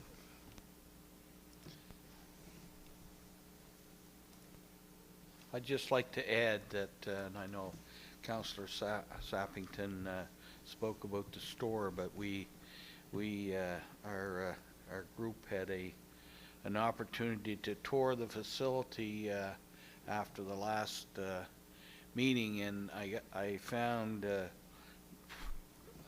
that tour to be very interesting and certainly enlightening, and I want to thank you for that. I probably, if somebody had asked me 6 months ago, get excited about touring the valley wastes, wouldn't that be interesting? I might not have said that, but it certainly was very enlightening. And matter of fact, I've even had some comments that others would like to maybe have tours, and so I would encourage them to maybe contact you, and I'm sure I can't speak for you, but if you had enough interest, I would willing to bet that you'd probably make that happen. Is that correct? We love tours. It's a really great education opportunity for everyone. So especially a lot of new members. You're welcome to come anytime. Right. Well, there you go, council, if any other member of council, because it was very, very worthwhile. Great. Well, that's great. Well, excellent job. And can I have a motion to receive Andrew's report? Moved by Councillor Allen, second by Councillor Harding. All those in favor or against, please press your button.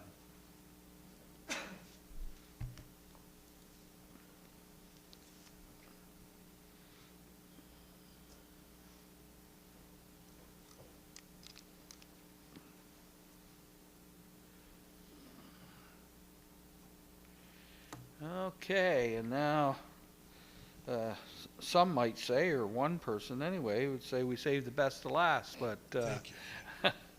we'll now have a presentation from King's Transit from their acting director, Dwight Wynot. Are you going to break? Oh, yeah, you want me to break that? No way. I can do that. Thank you.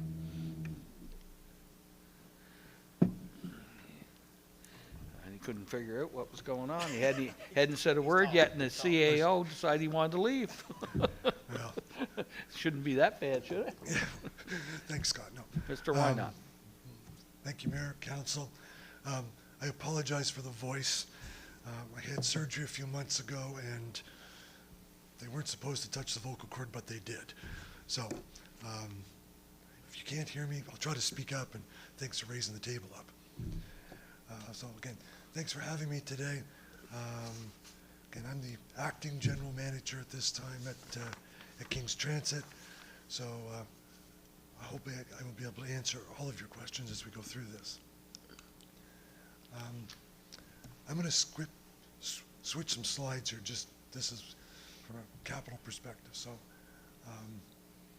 let's get into some of the detail first, as you can see. So the cost of King's Transit change rapidly from year to year. And particularly right now, it's on the maintenance side of the buses. The existing fleet that we have is extremely old, with lots of miles. So it's a challenge to keep those units on the road. So if we look through the some of the bigger pieces, and we'll start with some of the good stuff. Fares. Ridership continues to increase at King's Transit. We've been doing a lot better job of keeping statistical data and improving that, so we know exactly where the riders are, which regions or zones, as we call them, across the routes. So we're seeing some increase in ridership. We're going to be up to about 400,000 riders on an annual basis now. So it's the service is getting used well. There's some simple things we weren't doing, like advertising on the buses. So we've actually put some effort forth. So you see some of these other funding is we've increased about $20,000 this year just on some advertising. There's some changes here in the admin compensation. We used to have one supervisor who looked after basically the operation or the questions during the day. We've added another full-time equivalent supervisor there to enable to have 2 shifts. So that's a little bit of an increase year over year on that one. From a route operations perspective, that's really driver wages. Again, about a 2.8% increase we're looking at. We're also, there's a couple things in that one. Just the increase for the drivers. There's a couple of holidays, 3 I think in particular, that we didn't operate or haven't been operating. And we're getting a lot of feedback from our riders that they're depending on those, the buses on those days. I think it's Heritage Day, Natal Day, and there's one other, that most of the retail world is open. A lot of our riders, again, are using the bus to get to work. So we're going to run on those days coming forward. And our route availability has been much better. So we're actually seeing routes that were canceled, keeping statistics on that, and that's actually a lot lower. We're still, not on schedule and on time maybe, but as far as the routes being availability is much better. So we're seeing that coming into play. Fuel, this year fuel prices were, I guess, within budget, but we did have to deal with some carbon tax issues and some unknowns in where fuel prices are going to go. Not forecasting any carbon tax increases for this year. See what happens. And we're actually kind of keeping fuel prices fairly consistent with last year. Hopefully that will be the case. And then again, the one large increase we're going to see that we're budgeting year over year is simply on that maintenance side. I sound like the broken record, and I don't mean to.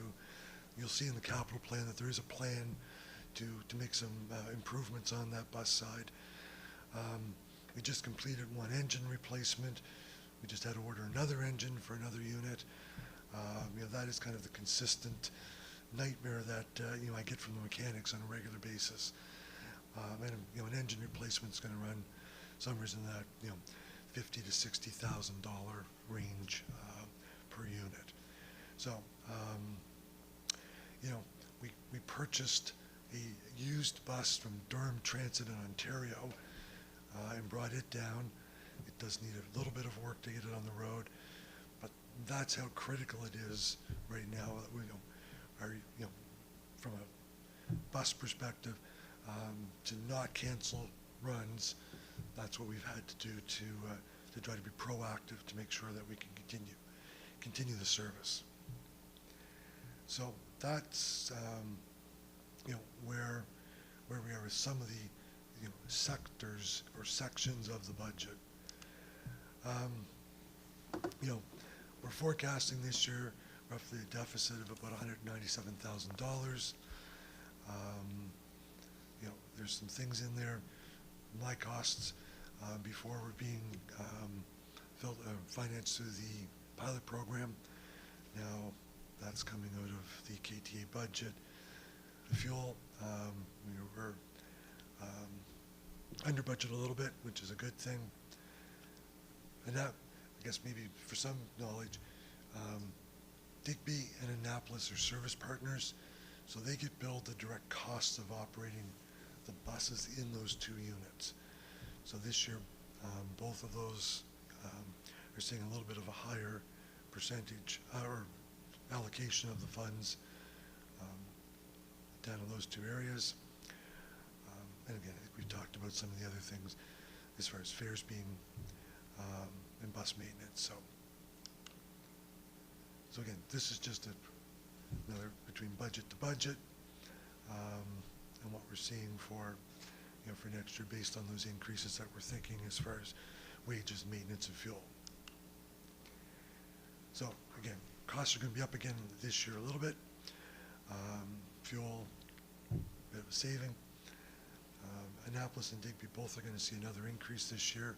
Their ridership numbers are actually up significantly. So that's a good thing, but it does pick up their costs a bit. And again, the bus maintenance costs are the biggest what we're going to see. So this is the kind of the breakdown for what we call the core, which is the Wolfville, Kentville, Berwick, and the county. And that's going to be what we're estimating for next year. So there's an increase. We're not being very aggressive with fares.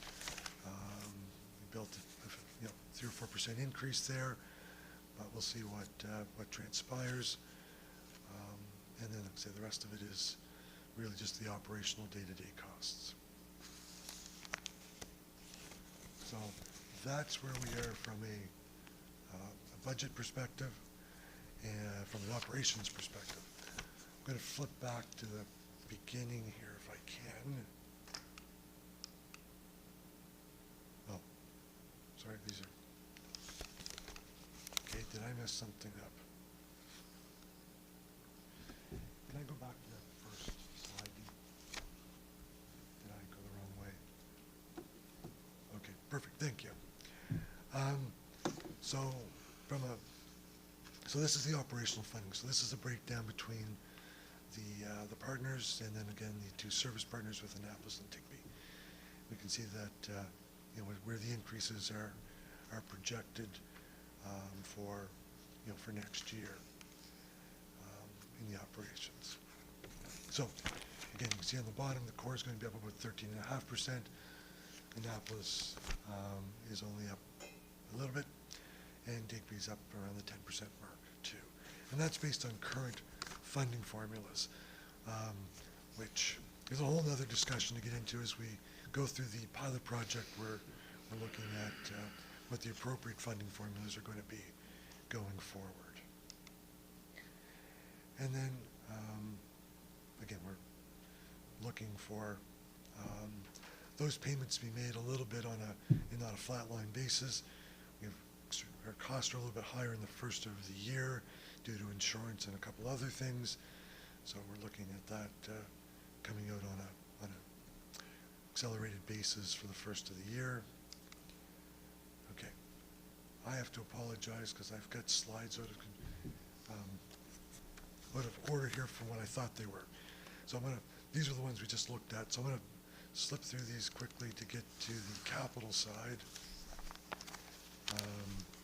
Again, in your presentation, you'll see for Annapolis and Digby, but what those specific changes are. So this is the big one. So what we're showing here for next year is the purchase of our new electric buses.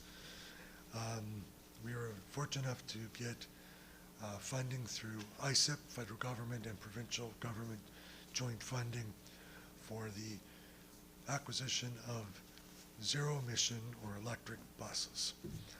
They were very specific to what that capital had to be used for. So there's currently an RFP issued for the purchase of those units, which, again, we're probably looking at another 24 months for the delivery of those after the RFP would be awarded. And those would include not just the buses, but the charging infrastructure that would be necessary for those units. And then on top of that, there's going to be some retrofit requirements at the terminal, and whether it's the existing terminal or we relocate to be able to maintain the electric buses versus a diesel unit. So there's some definite. This one's a little bit still of a moving target. We were fortunate enough to receive $514,000 annually for the next 10 years from the federal government on another funding application. And there's a new Rural Transit Fund that just came out. That applications are due by March 4th, which we're entitled to up to approximately $10 million potentially if we get approval for that, which again would be, that fund's a little bit more flexible because it's not just for electric buses. It would allow us to also acquire diesel units with that. So again, deployment of the electric units will depend on where that makes the most sense going forward. So I think that kind of summarizes the capital spending. Currently, there is a reserve in place that's been building over the last number of years. The core members put about $80,000 a year on their proportional basis. We get $375 from PTAP, which is the fuel tax rebate that we receive. And then, of course, there's some interest and things of that in there. You see, going forward in 2027, we've added the $514,000 that we have. So to be able to fund the municipal portion of the ISIP funding, the electric bus, they will be able to take to use this capital reserve for that when that time comes. Again, there's some other funding we have. We're awarded $1 million for shelters and bus stops, so there's some work being done on that. There are 4 new units put down in the Cambridge Waterville area earlier in the year, so that we helped fund some of those. We'll use some more there. So that gives you a little bit of a snapshot of what those funds are. That's it for me. So there. Any questions? Thank you. Councillor Lutz. Thank you, Mayor. Through you. Just curious about the fares. Yes. And if there's a plan, and you might have covered it and I missed it, is there a plan to increase promotion of the routes and really try to get the fares back up to what was forecasted? Yeah, to answer your question, yes. It's a struggle right now because of the equipment issues we have. Part of the ISIP plan that we, and the mass transit study that was done was to really improve the branding and get that out there. So the route tracker, the software that the old one went away. We're currently installing some new hardware to get a new version of that. Things of that nature really need to improve. Got to get the schedule tight too. When somebody's standing at the bus stop, they can't be waiting for 30 or 40 minutes. So there's some work that needs to get completed.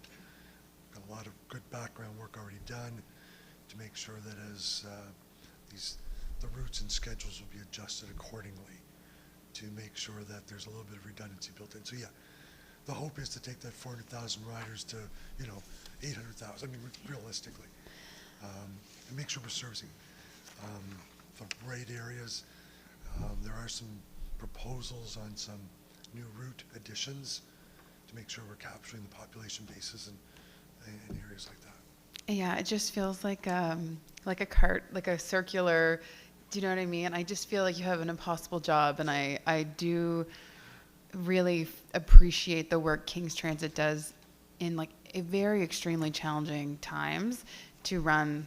I feel like you could spend $30 million tomorrow and bring everything up to snuff, and that's just not there. And so I appreciate what you're making with what you have available to you, because whenever I hear from King's Transit, and I've heard your presentation a few times now, being able to sit on the IMSA meeting and then a few months ago for orientation, and it just amazes me that you can keep it going, because it is like there's so much that has to be done before we can advertise to get more riders. So I'm very grateful.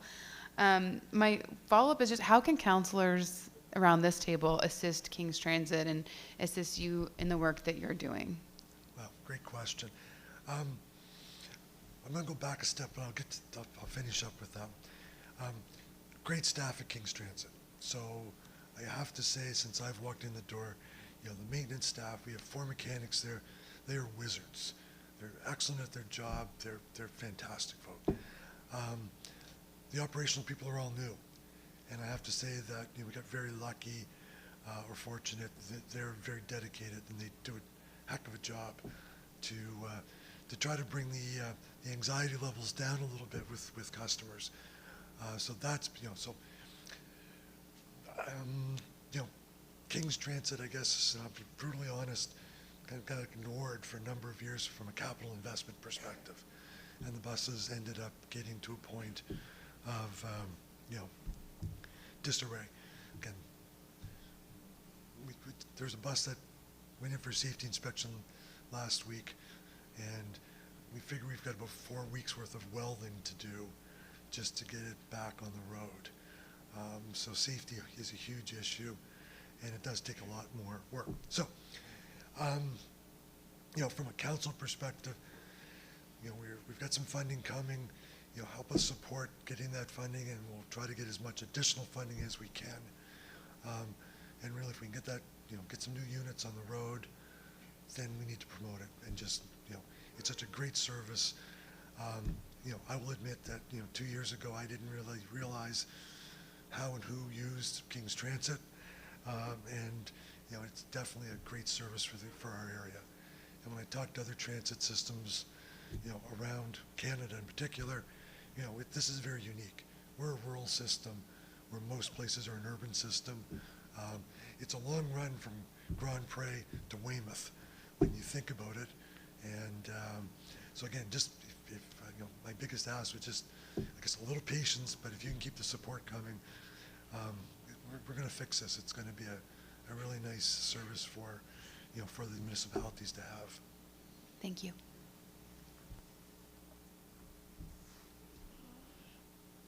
Deputy Mayor Peckford. Thank you. Through you, I have a two-part question.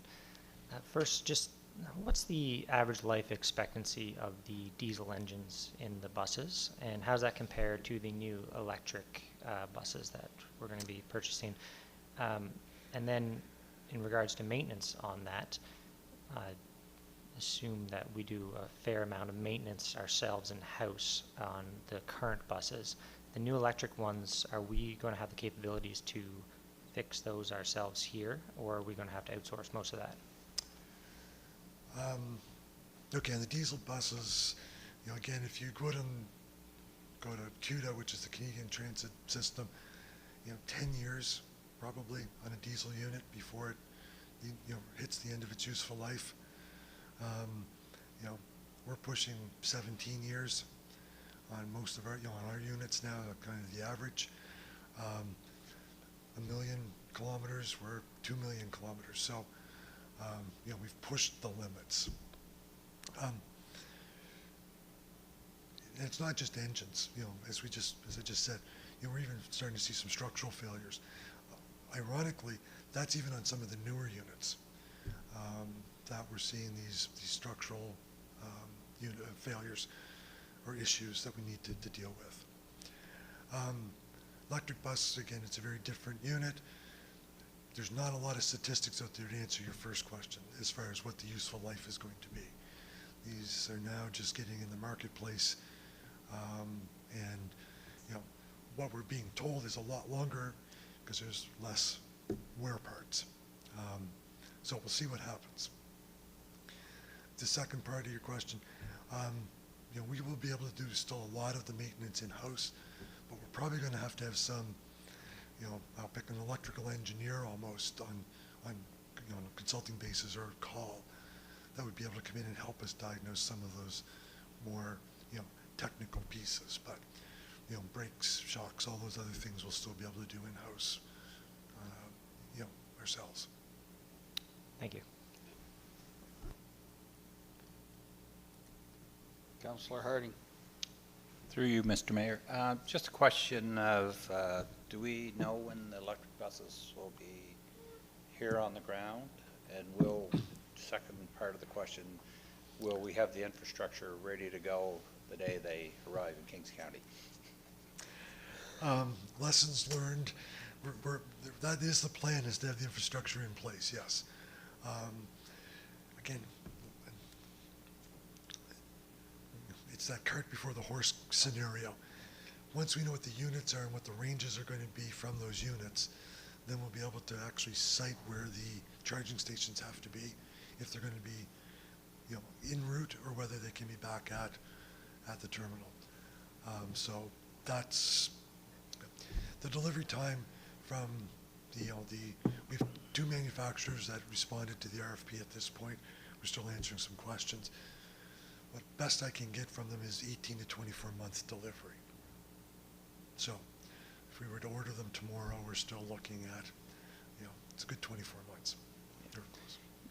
You guys are doing great work. The challenges that face you every day that you can see in the numbers and you can see in your information to us this morning, there's a lot of challenges out there, and we appreciate it. Thank you. Thank you. Councillor Gates. Thank you, through you, Mr. Mayor. Have you been provided with any approximate travel distance per charging of the buses? I know it's early, but... Yes. You're looking at, an average about 350 kilometers per charge.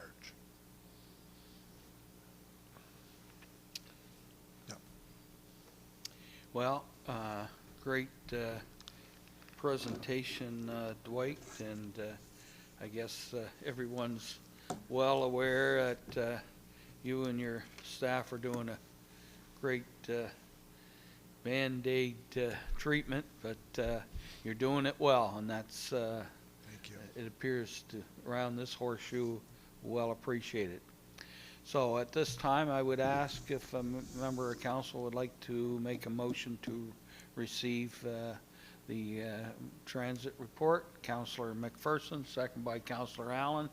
All those in favor or against, please press your button.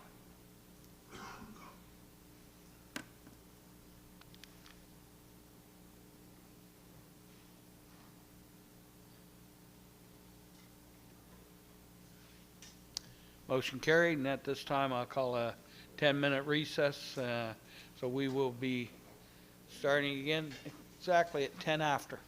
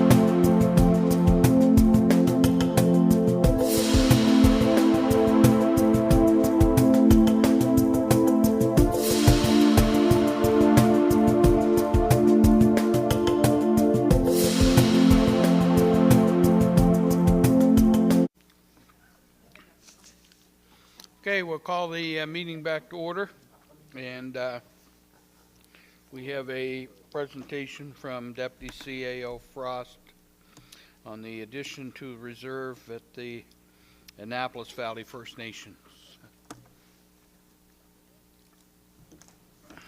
Mr. Frost. Thank you, Mr. Mayor, and good morning, Council. Fairly quick presentation for you this morning about addition to reserve for the Annapolis Valley First Nation.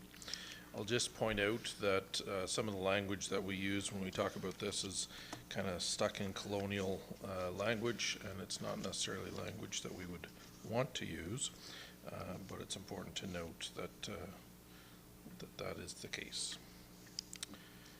So a bit of a background on this: we received a letter from Indigenous Services Canada back in the end of November regarding a proposed addition to reserve for the Annapolis Valley First Nation. This relates to 3 parcels of land that kind of surround the current community. It totals 110, just shy of 111 acres in size, and it's currently owned by the Annapolis Valley First Nation Development Corporation. The 3 properties are all currently valued at resource forestry, so their annual taxation is combined $89. So here's a map of the 3 properties in question, so they're all outlined in red. You can see there's one larger one, of course, and then there's 2 pieces that are right next to it, and you can see that it is right next to the Annapolis Valley First Nations community. This is a large piece of land. It was treed up until fairly recently, that you would see from the highway going by just past Cambridge Road. Oops. So basically what happens when First Nations community wants to add land to their reserves, they begin the process. They speak with Indigenous Services Canada. There's an assessment and review completed, and then as part of that assessment and review, they send out letters such as the one we received to anybody that's involved, and then of course they complete the proposal and it's approved or denied by the federal government. Local government must be consulted as part of that addition to reserve process, but we generally have no unilateral veto in respect to the reserve proposal. So certainly we can add comment, but generally it's the federal government that will make the decision or not. So with that, what our recommendation from staff to the Committee of the Whole is that the Committee of the Whole recommend Municipal Council direct the Mayor to respond to the correspondence from Indigenous Service Canada expressing the complete support of the municipality of the County of Kings for the proposed addition to reserve for the Annapolis Valley First Nation. With that, I'm open for questions, Mr. Mayor. Okay, that's, you have a question or, pardon me? Oh, okay. Any questions to CAO Frost? No? All right, so it's been moved by Councillor Best, second by Councillor Lutz.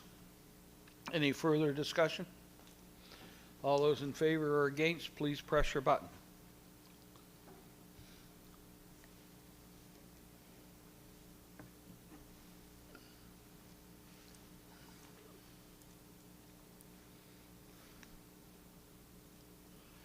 Okay, motion carried. Thank you,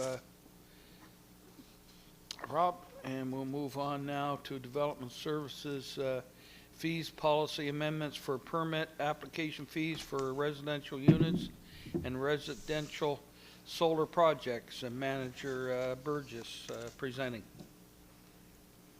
Thank you, Mayor and Council. I'm here today to speak about amendments to the fees policy in support of our Housing Accelerator Fund initiatives.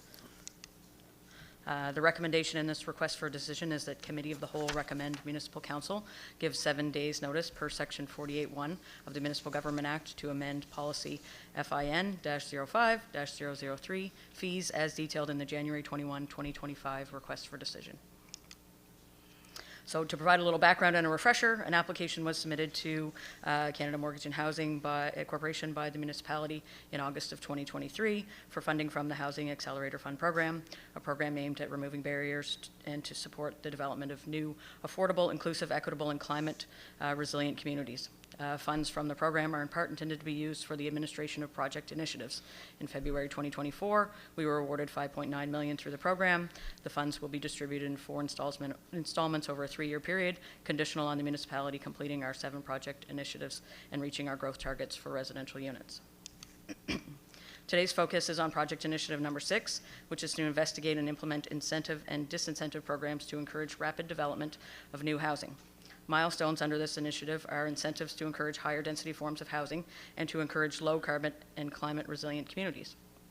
As you may recall from the council orientation sessions, under the Municipal Government Act, the municipality is limited and in most cases may not provide direct financial assistance.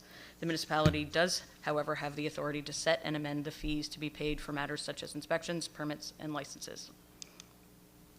Staff are recommending the removal of permit application fees associated with the creation of residential units, excluding 1-unit dwellings and recreational cabins. Staff are also recommending the removal of sewer connection application fee for dwellings, again, except for 1-unit dwellings and recreational cabins.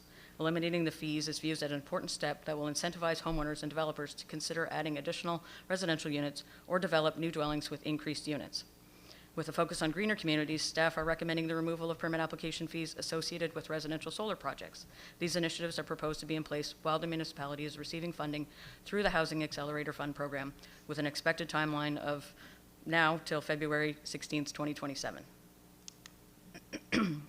Building and development permit application fees for new construction additions are calculated at a per square foot rate. To give you an idea of possible savings per project, last year, 2-unit dwelling permits typically ranged from $250 to $350, 8-unit dwellings between $800 and $1,000, an 18-unit dwelling around $2,100, and a proposed 60-unit dwelling around $9,500. Sewer permit application fees are a standard rate of $175 per dwelling, and finally, solar projects will benefit from the elimination of a $50 application fee. Upon approval, all reading, notice, and publication requirements will be followed related to the amendment. The policy will be updated on the municipal website, and staff will promote the changes to municipal residents. There are no financial impacts for waiving the 3 types of application fees. The fees that staff are proposing to waive associated with the development of building permits and sewer permits will be recouped from the Housing Accelerator funding provided through CMHC. And with that, we're back to the recommendation and open for any questions that we may have. Thank you. Okay, any questions on Manager Burgess? Councillor Lutz? Actually, it's more of a comment, so I'll wait till the motion's moved and seconded. Sorry. Great, no problem. Councillor Sappington? I was wondering if we are going to be advertising the heck out of this. I think that would be great. Through you, Mayor, to Councillor Sappington. Yes, we already have plans in place. We just can't action any of those until we have a decision. So we do have plans in place through our social media. We do have an upcoming text newsletter that would go out, and that hits everybody's mailbox. So as a good opportunity, trying to hit deadlines. That's why we're here in January, trying to hit deadlines on that. So, but we do have some things that are ready to go as soon as we get the thumbs up, hopefully. So what you're saying is hurry up and get it approved, Council, and then I can get that out. I would never say that, Mayor. All right. Well, there's some people here, Mike. All right. Do we have a mover for the manager's recommendation? Moved by Deputy Mayor Peckford, second by Councillor Lutz. Councillor Lutz. Thanks. Just briefly, I want to say thanks for bringing this forward, and it's really nice to see some of those recommendations come into practice. And it may not be like a significant amount for the county, but it is significant for those people making those permits. And I think it's really meaningful, and appreciate the work done on this file. Thank you. Thank you. Thank you. Okay. All those in favor or against, please press your button.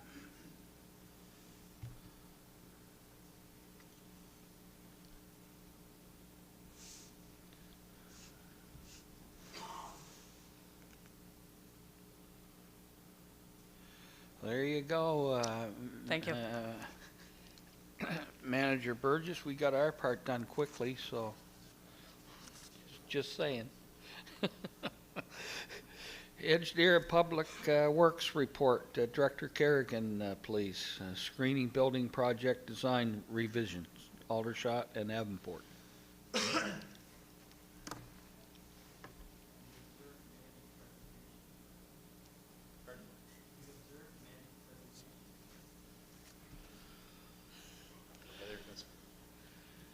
Thank you very much.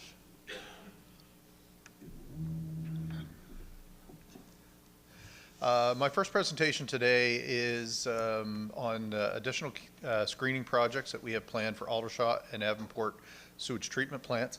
If you recall, I was here, same location about a month ago, looking at the Hants Border and Aldershot or Aylesford sites. The very same projects. These are coming in a different time because there's a different engineering consultant on these two projects. The first one for Hants Border and Aylesford was from CBCL, and these projects here are for Dillon Consulting. So a little bit of background on this. Was a project that started before I started with the municipality. It was originally released as RFP number 23-04. Similar to the previous project, we recognized need for additional funding for design and engineering relating to the cost of two specific capital projects. One is the Aldershot screening project, and the other same type project in Avonport. Design was originally initiated in March 2023 by CBCL. Original plans including a screening building for Waterville. The Waterville project scope has since changed, so that was removed. There's a plan to release construction tender in 2024 this quarter, and with hopes of construction during the 2025-26 spring or summer season. So the design requirements that we noted were to add a generator feed and auto transfer switch to the new screen building and office, structural I-beam support over the screening equipment for maintenance, which also aids in the safety of future screen maintenance to be done by our staff. It includes increased building height and overhead door design to accommodate chain hoist and maintenance, and includes construction management services for the work. The original design budget was $150,000. In 2024, the design budget was increased by $100,000. The design upgrade total that we're looking for right now is $62,601. Construction management adjustment of $46,73. The proposal is within the design budget with $28,539 remaining, and the capital project, including construction, would be funded with sewer capital reserve, CCBH funding, as well as long-term debt. A couple slides ago, I said the contract was originally given to CBCL. I believe that was a typo. It should have been Dillon back on slide number 2. Committee of whole recommends Municipal Council to approve change order to Dillon Consulting for the additional professional services related to the design upgrades of the screening building projects at both Aldershot and Avonport in the total amount of $62,600.80 for the design and $4,673.47 for the additional construction management services. Both of those amounts include the non-recoverable HST. Thank you. Director Kerrigan, any questions to the director? Seeing none, would somebody like to move receipt of the recommendation, please? Moved by Councillor Gates, second by Councillor Harding. All those in favor or against, please press your button.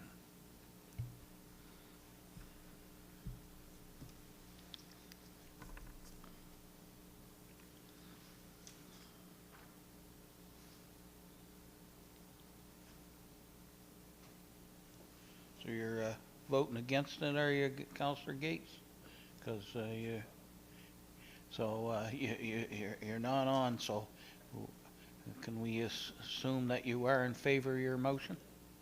Okay. So motion carried. Thank you. We remember you said that, Councillor Best. All right, Director Kerrigan, now we're going to deal with 9B, Aylesford Lift Station AD2 upgrades, please.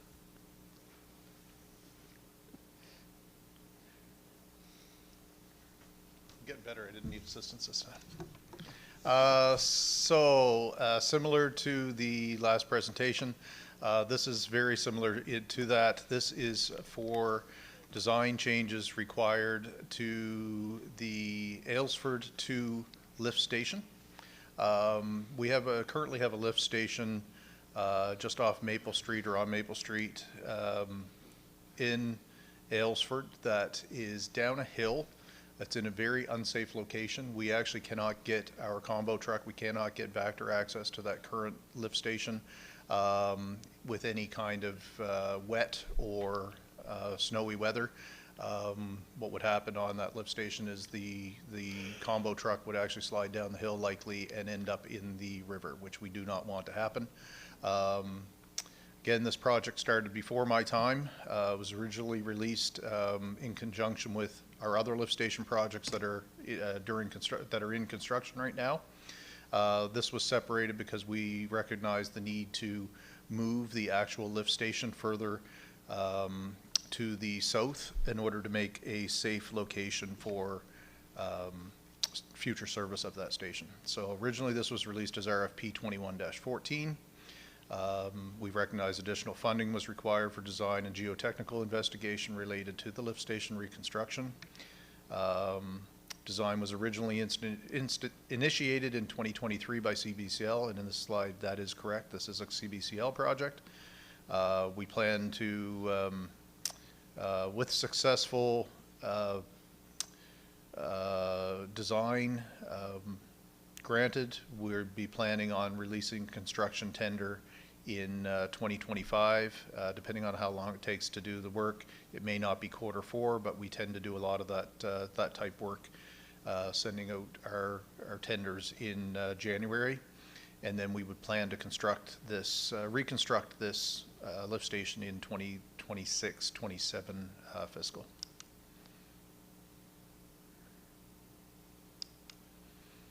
So, summary of the design requirements that we're looking at: need a complete new lift station, including wet well, valve chamber, access hatches, pumps, piping, valves, electrical underground service, have a genset ready so that we have a generator. Would be able to have a generator added to it, so we'd have the control panel already prepped for that. We'd have the pump capacity confirmed for future development demands in the area. This also includes the scope to line the existing siphon gravity sewer pipe that runs under the Annapolis River. If we're doing this work and we have to pipe to a new lift station, to us it only makes sense to pipe that into the new lift station and refurb the pipe at that point with a new liner in it, so that if there's ever future work over the next 50 plus years, we don't have to worry about trying to replace that pipe in the future as well. We're trying to provide safe access for our vacuum truck or a combo truck, and also in the scope with the consultant is to consult with utilities to address safety concerns of overhead wires. Right now there's some low-hanging wires, another reason why we can't get our combo truck or even a crane truck near this lift station. So just a small map showing where we're at here, and I don't know if this will work. It's not going to,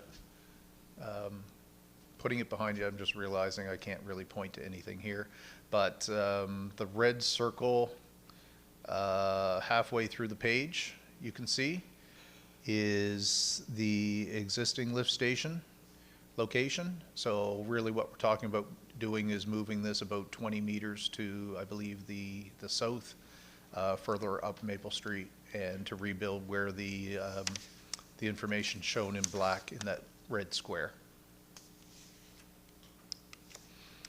So original design budget was $34,454. That includes the design relating to upgrades at CB2, CK4, AT3, and AD2. The original budget did not include any construction management fees. So the proposed design upgrades that we're looking for today are $66,498. Because we are moving the station, it's recommended that we also perform geotechnical investigation so that we're not getting into soils that are going to be found unsuitable for the project. And again, the project is to be funded with ICIP funding, sewer capital reserve, and long-term debt. And I'll just leave the recommendation for Thank you. discussion. Thank you, Director Kerrigan. Is there any questions?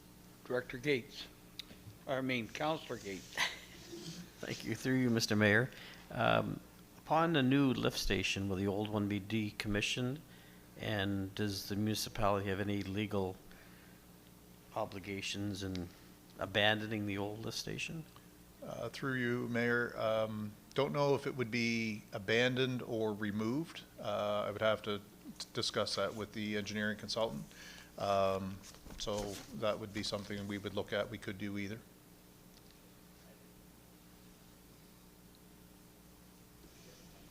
That we wouldn't be responsible for it after? It would be, if it was left in the, sorry, through you, Mr. Mayor, if it was still in place, we would still be liable for whatever infrastructure is in place. It's still, I believe this station is actually located in the right-of-way of the highways, but it's our infrastructure, so we would still be responsible. Thank you. Anyone else? No? Would somebody like to make a motion to receive the recommendation, please? Moved by Councillor Harding, second by Councillor Allen. All those in favor or against, please press your button.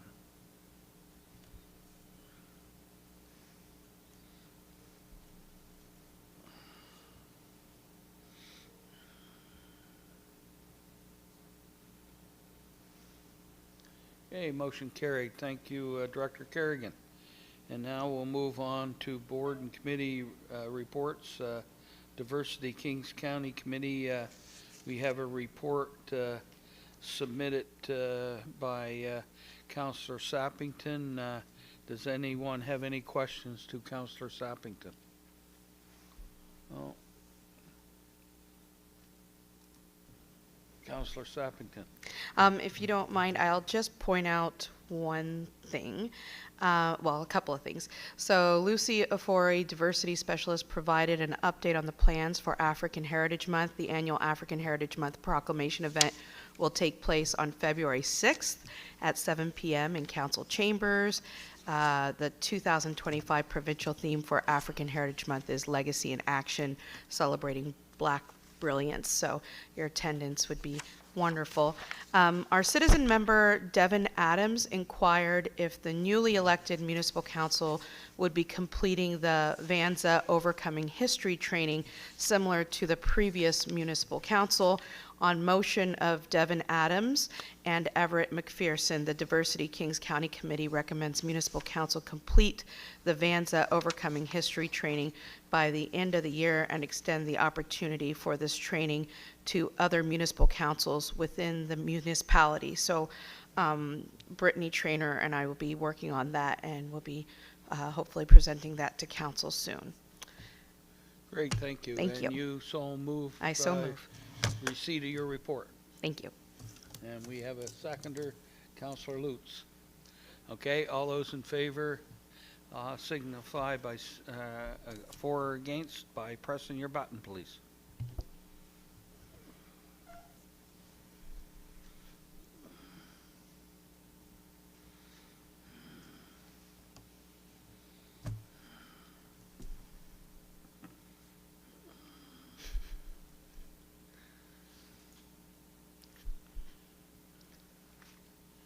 Councillor Best, are you in favor or against? All right, motion carried. Thank you. Councillor Best advised that he was in favor. Okay, we'll move on. You have my report in front of you. Does anyone have any questions? If not, would somebody do me the honor of making move in my report, please. Moved by Councillor Gates, second by Councillor Allen. All those in favor or against, please press your button.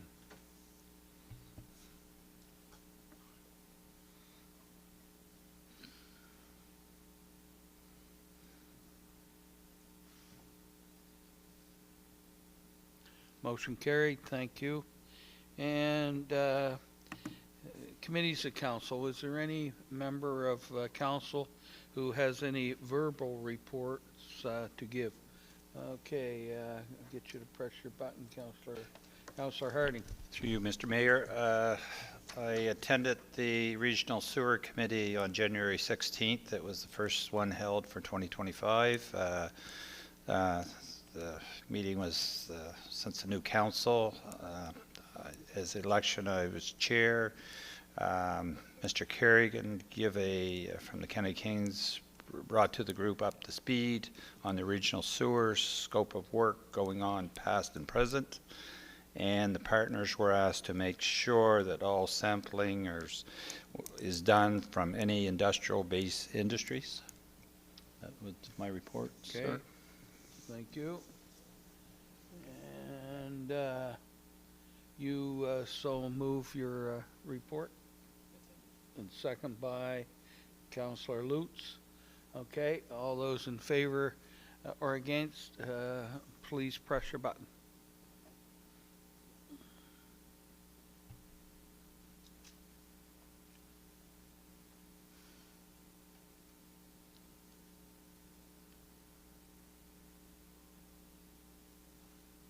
I don't know what happened.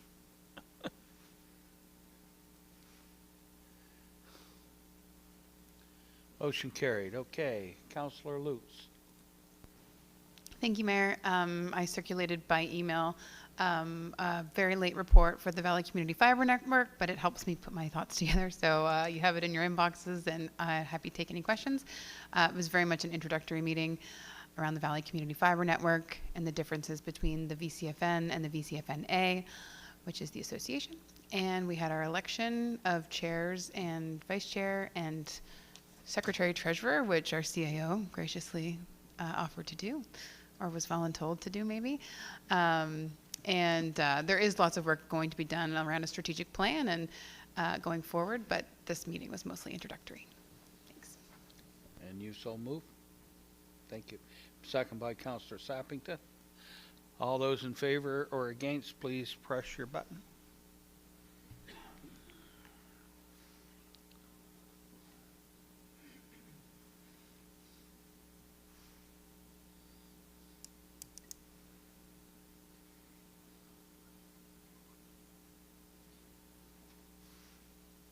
Motion carried. And I guess we got to hit ourselves a little bit, but any other external boards and committees, verbal reports coming forward? No. We'll move on to number 11 then. New council orientation presentation, strategic planning process. Director Barr.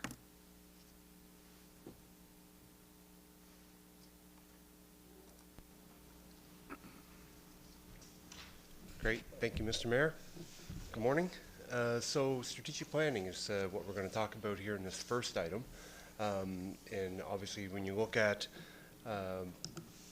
what's coming up now is that our existing strategic plan is really due for review. These are done in 4-year increments that coincide with council terms. So we're looking at the 2025 to 2029 strategic plan. So what we're proposing, and I'm going to walk you through today a little bit kind of high level about strat plans.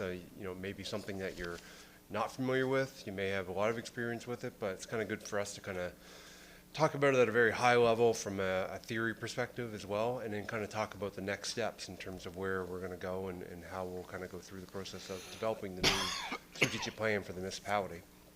So really, they consist of really multi-day planning sessions for council and senior management. They can be as long or as short as you want. I mean, depending on the discussion that'll happen at the meetings, may only be a one-day session. Might be 2, could be carried over.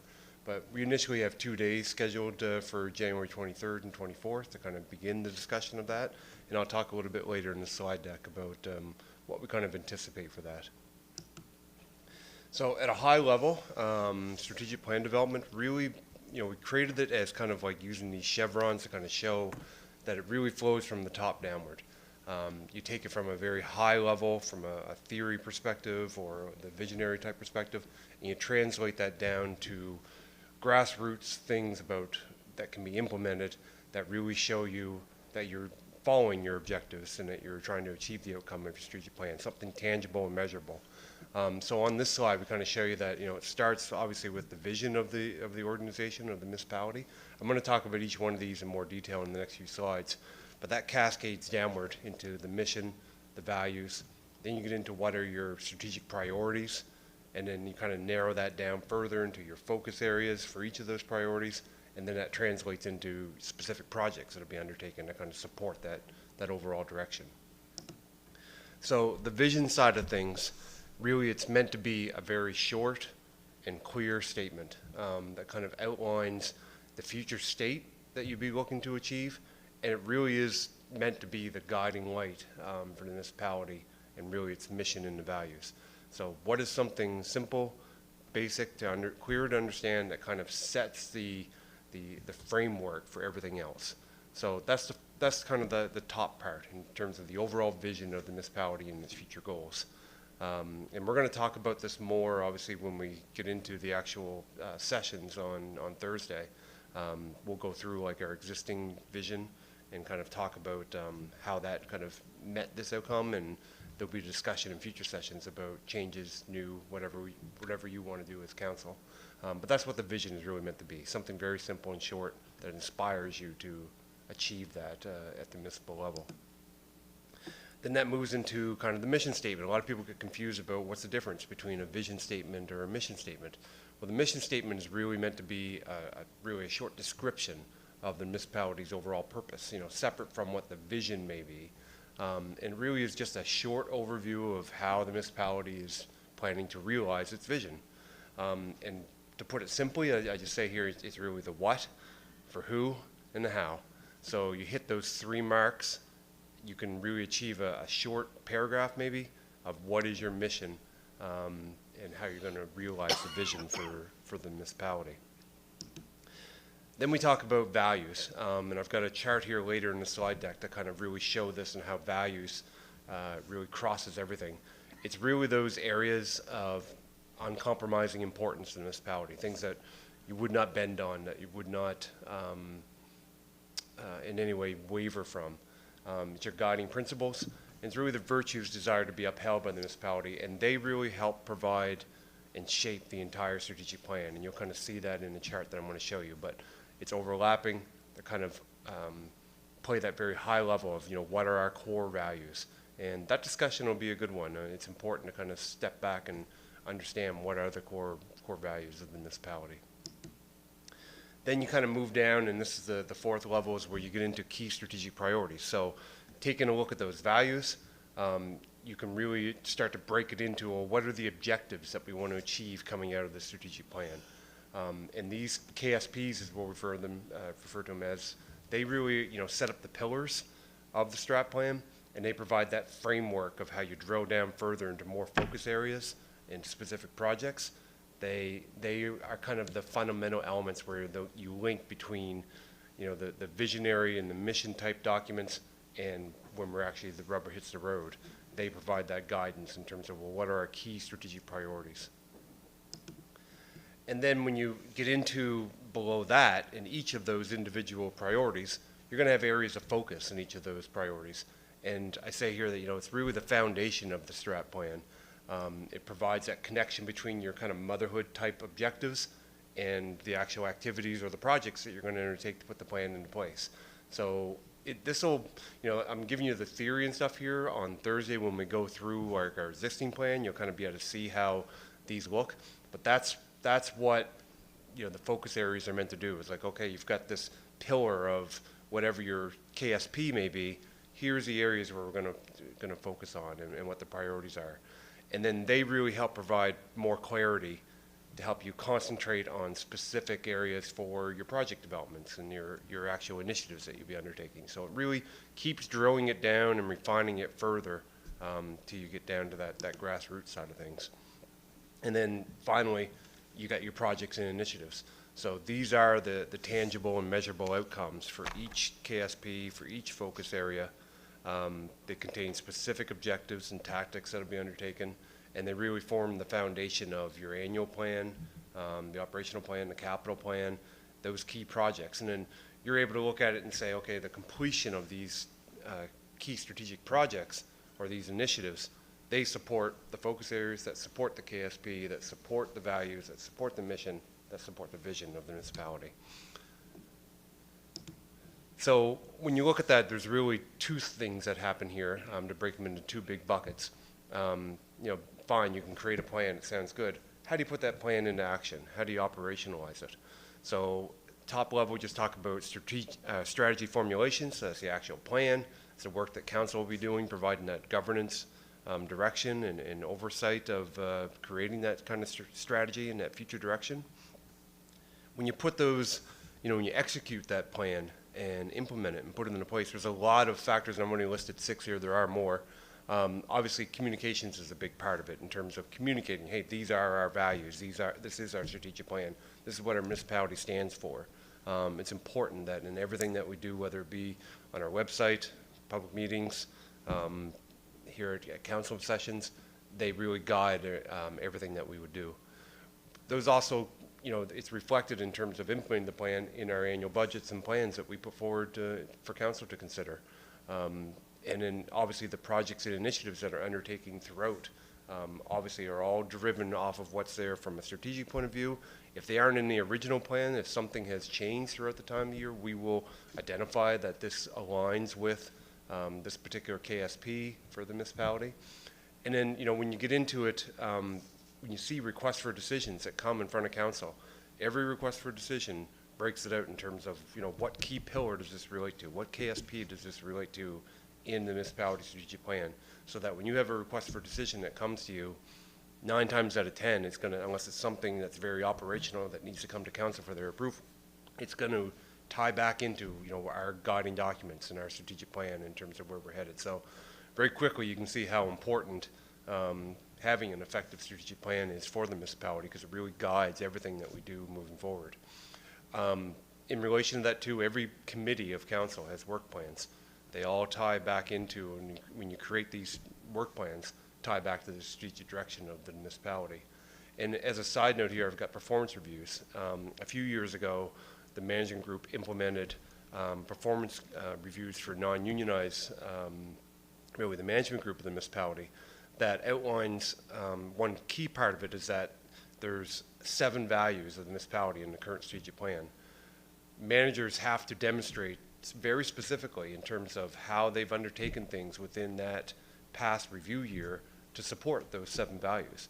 In fact, if you don't have tangible examples of how you've upheld those values for the municipality in 6 out of 7 at least of the various values for the municipality, you won't be eligible for a performance increase that year. So there's a very strong tie to the managers of the municipality in implementing and upholding the strategic plan of that council has approved. So this chart, we're going to talk about it a bit on Thursday, but I wanted to just kind of introduce it at this point. Really kind of breaks everything that we're talking about into a couple of good buckets. So you can see in the large bubble at the top, you've got strategic plan council. That's the governance side of things. That's the swim lane of council in terms of setting that vision statement, the mission, the KSPs that we've talked about. And then when you look at the operational side of things, which really falls to the purview of CAO, and it fits with, the part 2 stuff of the MGA, you've got, that's when you're putting in work plans and measuring the outcomes and really looking at how we're implementing the projects that are kind of identified as part of that strategic planning process. Obviously, when you talk about projects and initiatives, there's overlap. They're shared by both. Council is involved in terms of the approval at the high level, stemming from all the governance side of things and the vision and mission statements about what projects and initiatives, and the CAO and staff are responsible for implementing those. And of course, when I talked about values being uncompromising, we have that showing that obviously they impact everything, whether it be establishing a vision statement to working on your work plan. Values play an important part of everything that would happen, both at the strategic level and operational level, when implementing this stuff. So moving forward, what are we looking at? So the proposed agenda that we have, and we're drafting that today for the meeting on Thursday, is to really sit down and kind of go through. It's important to kind of set context and get you in that strategic planning type of mindset. So going through our existing plan is a good exercise. And as part of this, there's nothing wrong with kind of looking at some of those items and saying, okay, maybe we need to make tweaks to this, or maybe we need to make maybe it involves a much broader discussion and change if the strategic direction doesn't align with where this council wants to go. We try to take it into a little bit more into the weeds a bit initially. We're going to spend a little time on Thursday going through our existing vision and mission and values, going through the existing strat plan and the key strategic priorities to kind of get you up to speed in terms of what's there now. We'll talk about that chart I just showed a little bit more, just to kind of make sure everybody's clear in terms of what that is tending to communicate. And then we're going to really shift the discussion on Thursday to let you as council members to do a lot of the talking. We want to hear like what's motivated you to be on council, what you've heard from the street, what did you hear from your election campaign engagement that you had, what are the pressing issues for our municipality, what are we're going to really sit down and quite literally have a spreadsheet and go around the table and give everybody an opportunity to talk about, what do you hear, what are your key things that are driving your presence here on council, and things that you want to see the municipality really have a look at in the upcoming 4 years. There'll be an opportunity for us to kind of talk about some larger administrative things that obviously can play into it that we'll be able to identify, and then there'll be discussion too, as much as you want to at this session, about potential approaches or options for some of the issues that we're hearing each other talk about. So a real good session of airing out exactly the kind of stuff that you want to communicate, stemming mostly from your election campaign. Then, in future meetings, what we would do at that point is that we as staff would take that information, we'll come back, we'll try and create it into different buckets of maybe what we've heard from you, and maybe make proposed KSP categories and allocate some of them into projects, kind of to bring everything that we're hearing from you and kind of bring it into a document that's more workable at that point. And then we'll have a session where we actually go through and talk about prioritization. So what may be a priority for one councillor may not align with priorities for the rest of council. So there'll be an opportunity for you to voice individually, what do you see as the priorities? We actually record a lot of that information. We'll come back and it'll create the information that'll help us determine those actual focus areas of each KSP, and what projects they would be. There'll be discussions around resources and implementation requirements. Obviously, not everything can be done and not everything can be a priority 10, so we have to have a good discussion about that. And then we'll be looking for feedback from you on the KSP descriptions that we're proposing, any recommendations we might have, or we want to hear feedback, from you at this point about our existing vision or mission and values, what changes you'd want to see. It's just very much an open session of communication. And then what would happen from that is that we would end up taking a lot of what we've heard from you from those sessions, input that we have from staff as well, and then we'll work on drafting proposed vision and mission and values, proposed strat plan for 25, 29, develop a document that we would then end up bringing back for a future meeting at Committee of the Whole to present and have everyone provide input on. So really at this point it's about getting ready for Thursday, and that's what this presentation was meant to do, is to kind of bring you up to speed and have you kind of in the mindset of what you can expect. And really it's about kind of putting your thoughts together in terms of, what did you hear and what did you want to communicate to your fellow council members about priorities from your district or otherwise for the municipality. And so with that, I'm open to any questions, and there's a recommendation about receiving the presentation. Any questions to Director Barr? Well, would somebody like to move receipt of the presentation, please? Moved by Councillor Gates, second by Deputy Mayor Peckford. All those in favor or against, please press your button.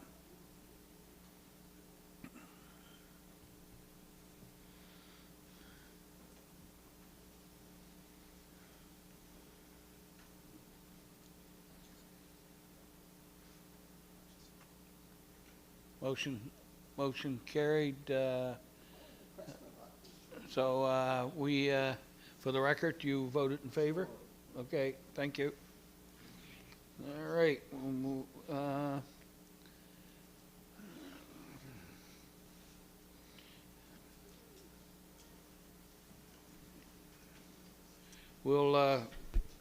we'll do one more presentation with Director Kerrigan. I guess our lunch is here.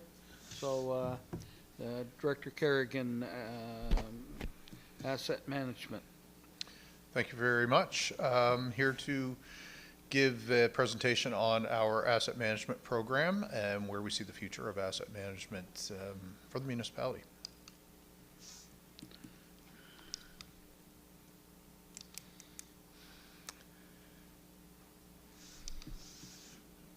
So start with what is asset management. So interestingly, asset management, I don't think personally has one certain definition. If you ask any department, any staff member, any of the different divisions, even within engineering and public works under my realm, everybody's going to give you a different answer of what they feel asset management is. It really is based on their individual role and how it affects them. But one thing is common, that it does reach every department and every individual in the municipality. It's important for different reasons and different staff members. So in some cases, it's asset identification, geographical mapping, and registry reporting. More for engineering and public works, specifically public works, it involves workflows, our work planning, and our work history recording. Setting up preventative and predictive maintenance activities, logistics and part management control, so inventory of parts that we require to do our work. It involves asset lifecycle analysis and planning for future asset replacement and predicting when that's going to happen and when it's going to be needed, and the prioritization of the same thing. And obviously, when assets are replaced, then you've got the aspect of financial planning and setting proper infrastructure reserves and proper budgets that allow our assets to be, I'll say, replaced just in time, so that they're not costing us excessive funding to maintain, knowing that everything eventually needs to be replaced. You go to a textbook, this is what you're going to potentially find for an asset management definition. Can be defined as an integrated approach involving all organizational departments to effectively manage existing and new assets to deliver services to customers. The intent is to maximize benefits, reduce the risks, and provide a satisfactory level of service to the community in a sustainable manner.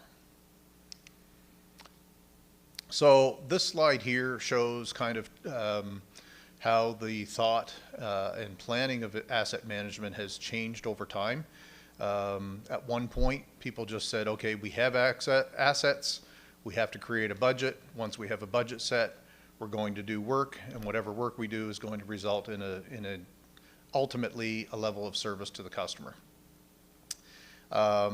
Forward thinking, that progressed to the point of saying, you know what, we have to think about level of service sooner in the process. So the same thing, people originally started with a group of assets. Then they started planning of what level of service do we want to provide, which was progressive. And then that progressed to let's do the work on those to achieve that level of service. And as a result, then you would set your budget based on what you plan to do for work. So an advanced organizational management is exactly what we're talking about with Director Barr's recent presentation just before this, was putting one step ahead of all of those same things. Was number one, what are the organization's objectives? From that, let's set the level of service. From that, figure out what assets we require, and then perform the work. And once you figure out what your work plan is to then determine the budget that would be approved by council in this case. So what we actually have already is we have an asset management policy already in place. We have a level of service strategy that has been drafted and a risk assessment of assets that's been drafted. And when we talk about risk can be defined as probability of failure times the consequence of failure. So to break that down a little bit further, is, you know, the risk that you're looking at all depends on how often something may fail. And then just as important is what happens when that fails. If you have a water line that you know, feeds 1 or 2 homes, that is important. But if you look at that same water line feeding a hospital or feeding a school, obviously the consequence of that water line failing has a much bigger impact. So obviously the level of risk with that asset changes depending on the consequence of it. Probability a lot of times is based on a couple different things: your asset material type, and most importantly probably your asset age. As things age, the probability of failure is going to increase. And then is the development of asset management plans. So what I have in here is showing that there is software out there available, and this is not supposed to be a software pitch, but I do want to throw this in there that you know, we do have some software now that is not working up to our expectations, but we're trying to come up with a software that we can use to help dictate or administer to enter our level of service strategy that we want, and enter our risk assessment of the assets. And then that software is going to help dictate the asset management plan. So out of that same software, reporting back out, we'll be able to determine what assets need prioritization. So when it comes down to, you know, which roads do we need to replace first, that software is going to help paint the path for us to move forward. How this affects engineering and public works. Asset management provides the foundation for all of our planning and execution of all of our EPW work activities and services. So what I'm talking about is asset management, making it operational aspect for engineering and public works. It gives our staff a tool to communicate the needs to other divisions and peer staff members. It gives critical immediate access to asset data. So there's when staff are going out into the field to do work on you know, a water main break or a sewer line break or something like that, they're going to know what size it is, how old it is, what the material is, potentially what they need for tools, what they need for parts to take along with them. And that allows us to have the pre-planning so that we put those spare parts and things like that into inventory, so that when we have these critical breaks and services required, we're properly prepared to do those. As well as the service history to know, you know, how often something we've had trouble with, and if we have items that have had a history of failing, then obviously we can prioritize to replace those assets first. Advanced asset management may also use enterprise software, as I just mentioned, and it is customized for specific users and processes. And it guides our reserve plans and budgets by finance for future replacement of assets. So I am going to take a couple minutes here and just go over what we have for a work plan summary, which is drafted at this stage for our asset management committee. This hasn't been fully looked at by the asset management committee, but it will upcoming with the next asset management meetings. So the strategy, which would be the part of the committee, which is to reconfirm the asset management strategy by assessing the alignment with the strategic plan. The level of service reassessment, so we would review the level of service again. We would review the risk reassessment again to verify the probability and the consequence of failure of our assets. We would plan for additional data capture, because we know that our data, although is very comprehensive, there's always data missing that we would need to capture, so we would use existing staff and students to help with that. We would try to define what's called an overall condition index, or an OCI, and what that basically does is it gives you kind of a rating from 1 to 100 to tell you,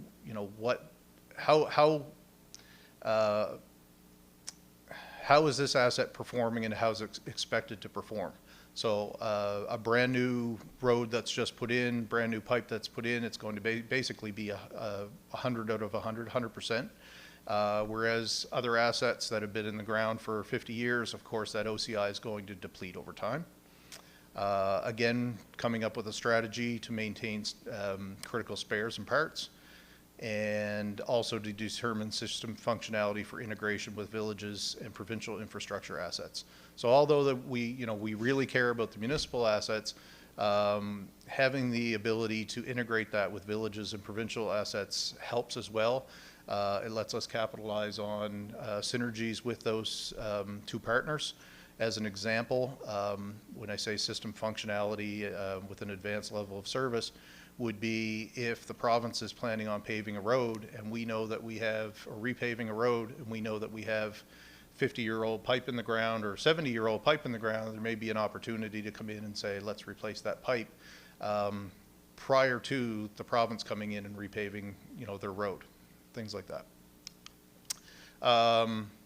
Second part of the work plan is to operationalize the workflow. So we've recognized the need and functionality of available software systems. So for that right now, we have, as an update, we have gone out to tender for a new software provider. And we've looked at that and we're ready to make a recommendation. Although there is not an approved budget to replace the software right now. So working with finance and working with procurement right now, and hope to be back to you sometime soon with a recommendation, whether it be pre-budget or just into the 2025 capital budget to replace software. For a software setup, once we get to that point, we would look to onboard our asset classes. So this is what that basically means is we put in all of our sewer, water, road assets. Those would all be exportable and they'd be put in by the software provider. We would capture additional data that we see that may be missing. We would further evaluate the probability and consequence of failure and determine our risk ratings. We'd set up our preventive maintenance plans, train our staff, add existing tasks and work orders, determine the required spare parts and enter those into the system, and work to refine our condition degradation analysis projections. And basically what that is that's basically your graph of taking an asset that starts at 100%, ends up at 0%, and looking at the life cycle of that asset and looking at when should we look at replacing that or doing some preventive maintenance. Again, go back to the roads analogy. We would look to say, okay, we're going to have a brand new road in a new subdivision. At what point do we come in and crack seal that road to bring that level of service back up to a certain level? At what point do we want to go in and potentially mill and repave some of that road in order to maximize the life of that asset without doing a full rip the road out and replace it altogether? And the third part of our work plan for the Asset Management Committee would be our data reporting outward side. A lot of this is financial, but it would basically be looking at our asset life cycle costing analysis and projections for budgeting, reporting on our TCA or our tangible capital assets, which is an annual report to the province. Capital planning, it helps build our capital plan for our 5-year capital. Capital planning based on our OCI scenario analysis. So what we'd be able to do is say, okay, we don't want that overall condition index of any particular asset, whether it be water or sewer, and they can be different levels, but you may say, you know what, I never want to get under that 65% because when I hit 65%, I feel that the quality of that is too low. It doesn't have to be 65, it could be 60, it could be 35, whatever it is. So we have to take steps to make sure that we are doing maintenance on items to bring that asset or maintain that asset of whatever that level is set.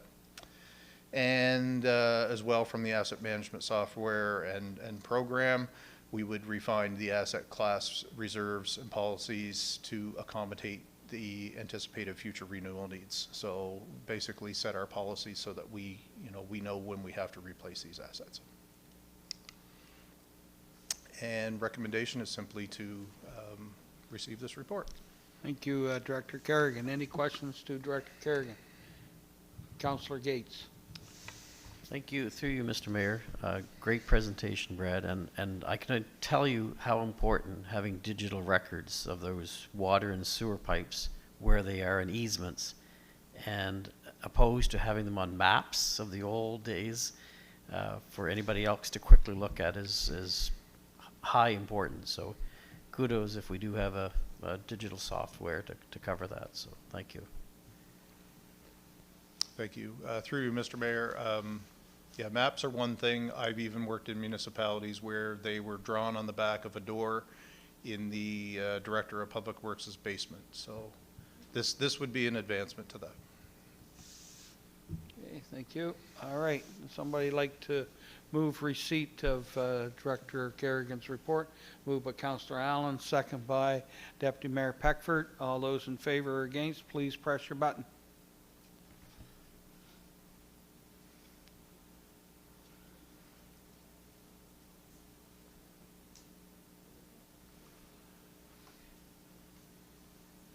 Okay, motion carried, and we'll now break for lunch and plan to be back here, try to be back here for 1:45. Thank you.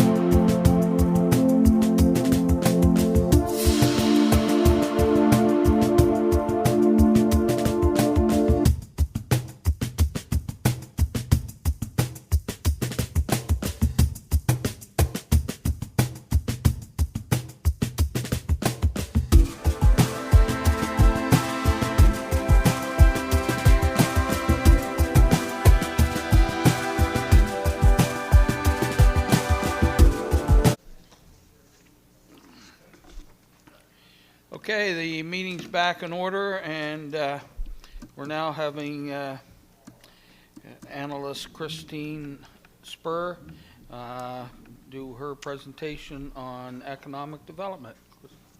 Christine. Good afternoon, Council. For those of you who haven't met me yet, my name is Christine Spur. I am the Business Development Analyst here for the county, and I'm here to talk to you a little bit today about business and economic development here. As I learn how to use the thing. There we go. So basically, we should probably start with what is economic development.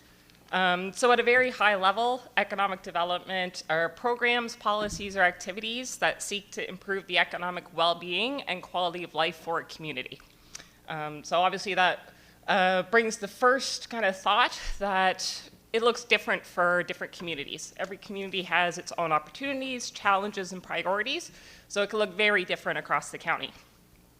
I will say economic development focuses on a specific geographic area, so in our case, the County of Kings, and typically considers the wider ecosystem. So that includes public, not-for-profit, and private businesses, while business development focuses specifically on the private sector. So business development is a component of economic development, but economic development encompasses more than business development. I want to make that distinction because you will see both terms used, and in fact you'll see both terms used throughout this presentation, but there is that slight distinction between the two. Just generally, when we talk about kind of the programs, policies, activities that economic development encompasses, so it can be just about everything. But a few kind of common priorities in economic development are, of course, creating the environment for more jobs, more job variety, higher quality jobs, keeping businesses open and encouraging new ones, having more people and businesses paying taxes, encouraging the productive use of property, promoting a community's assets, making and selling more local products, and increasing the number of skilled workers living in a community. Just a brief list of all the things that economic development can encompass. So when we talk about who does economic development for the municipality, we had the great presentation just before lunch talking about our mission and vision. So of course, the current mission for the municipality is to enhance the quality of life for all through the provision of municipal services in an inclusive, effective, and collaborative manner.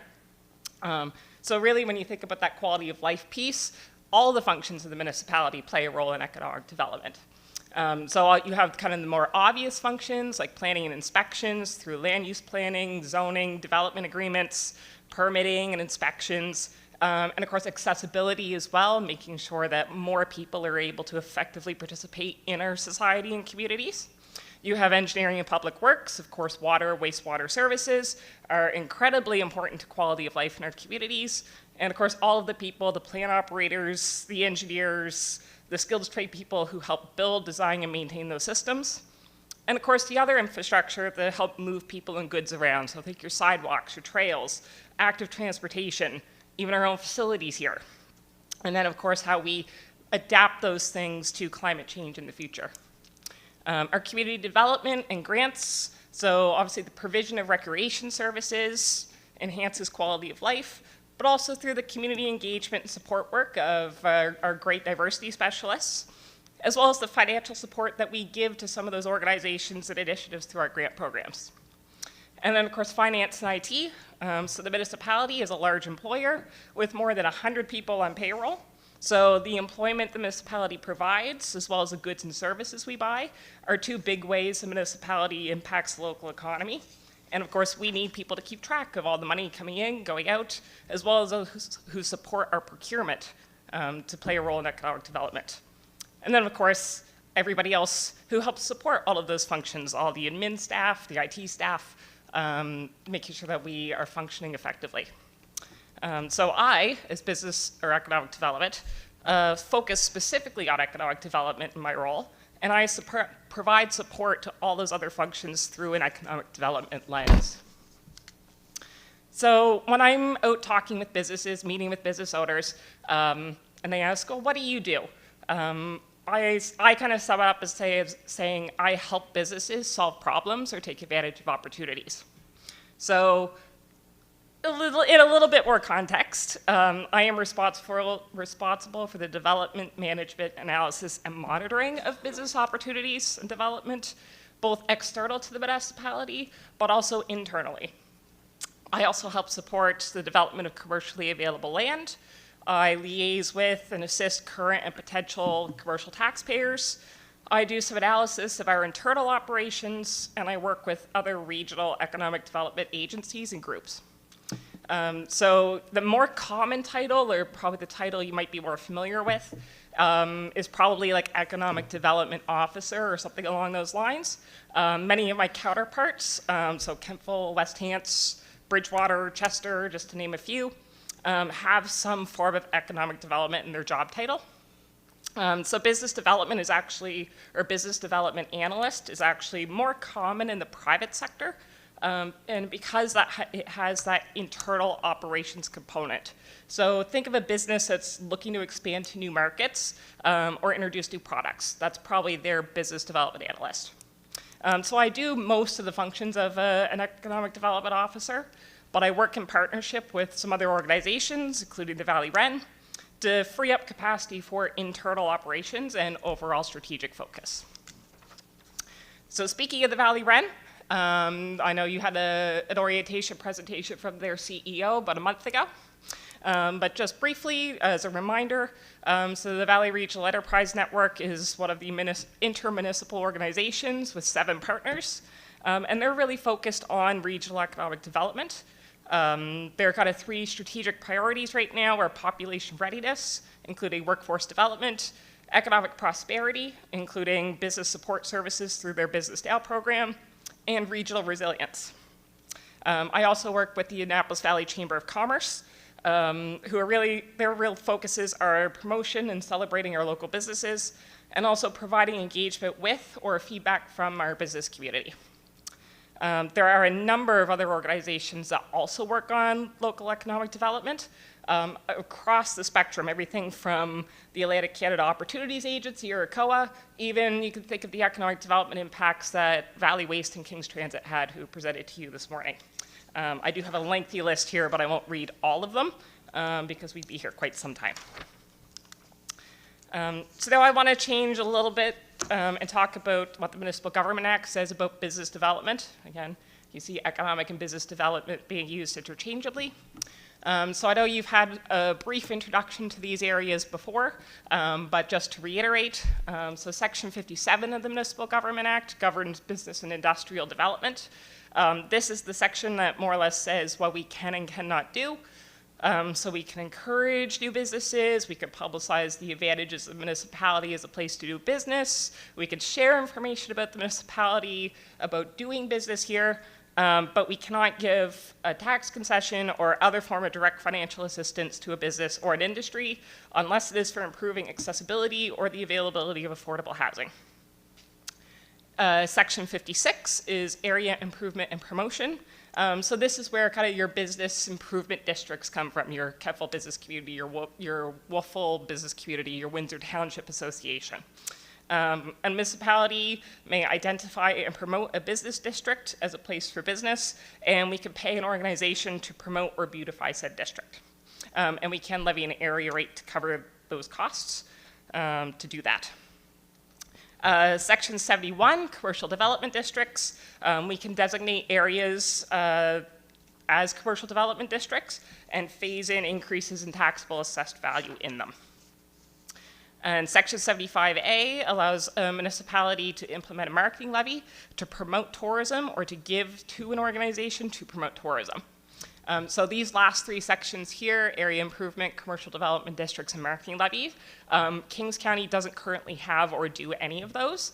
They are all options under the Municipal Government Act, and part of my role is monitoring the local economy and investigating whether any of these would be useful or appropriate for Kings at a given time. But to reiterate, we don't currently do any of those 3. So switching gears a little bit, again, it was great to have the strategic planning presentation just before lunch. So economic development is a key strategic priority under the strategic plan from 21 to 24. And there were 5 areas of strategic focus included under economic development.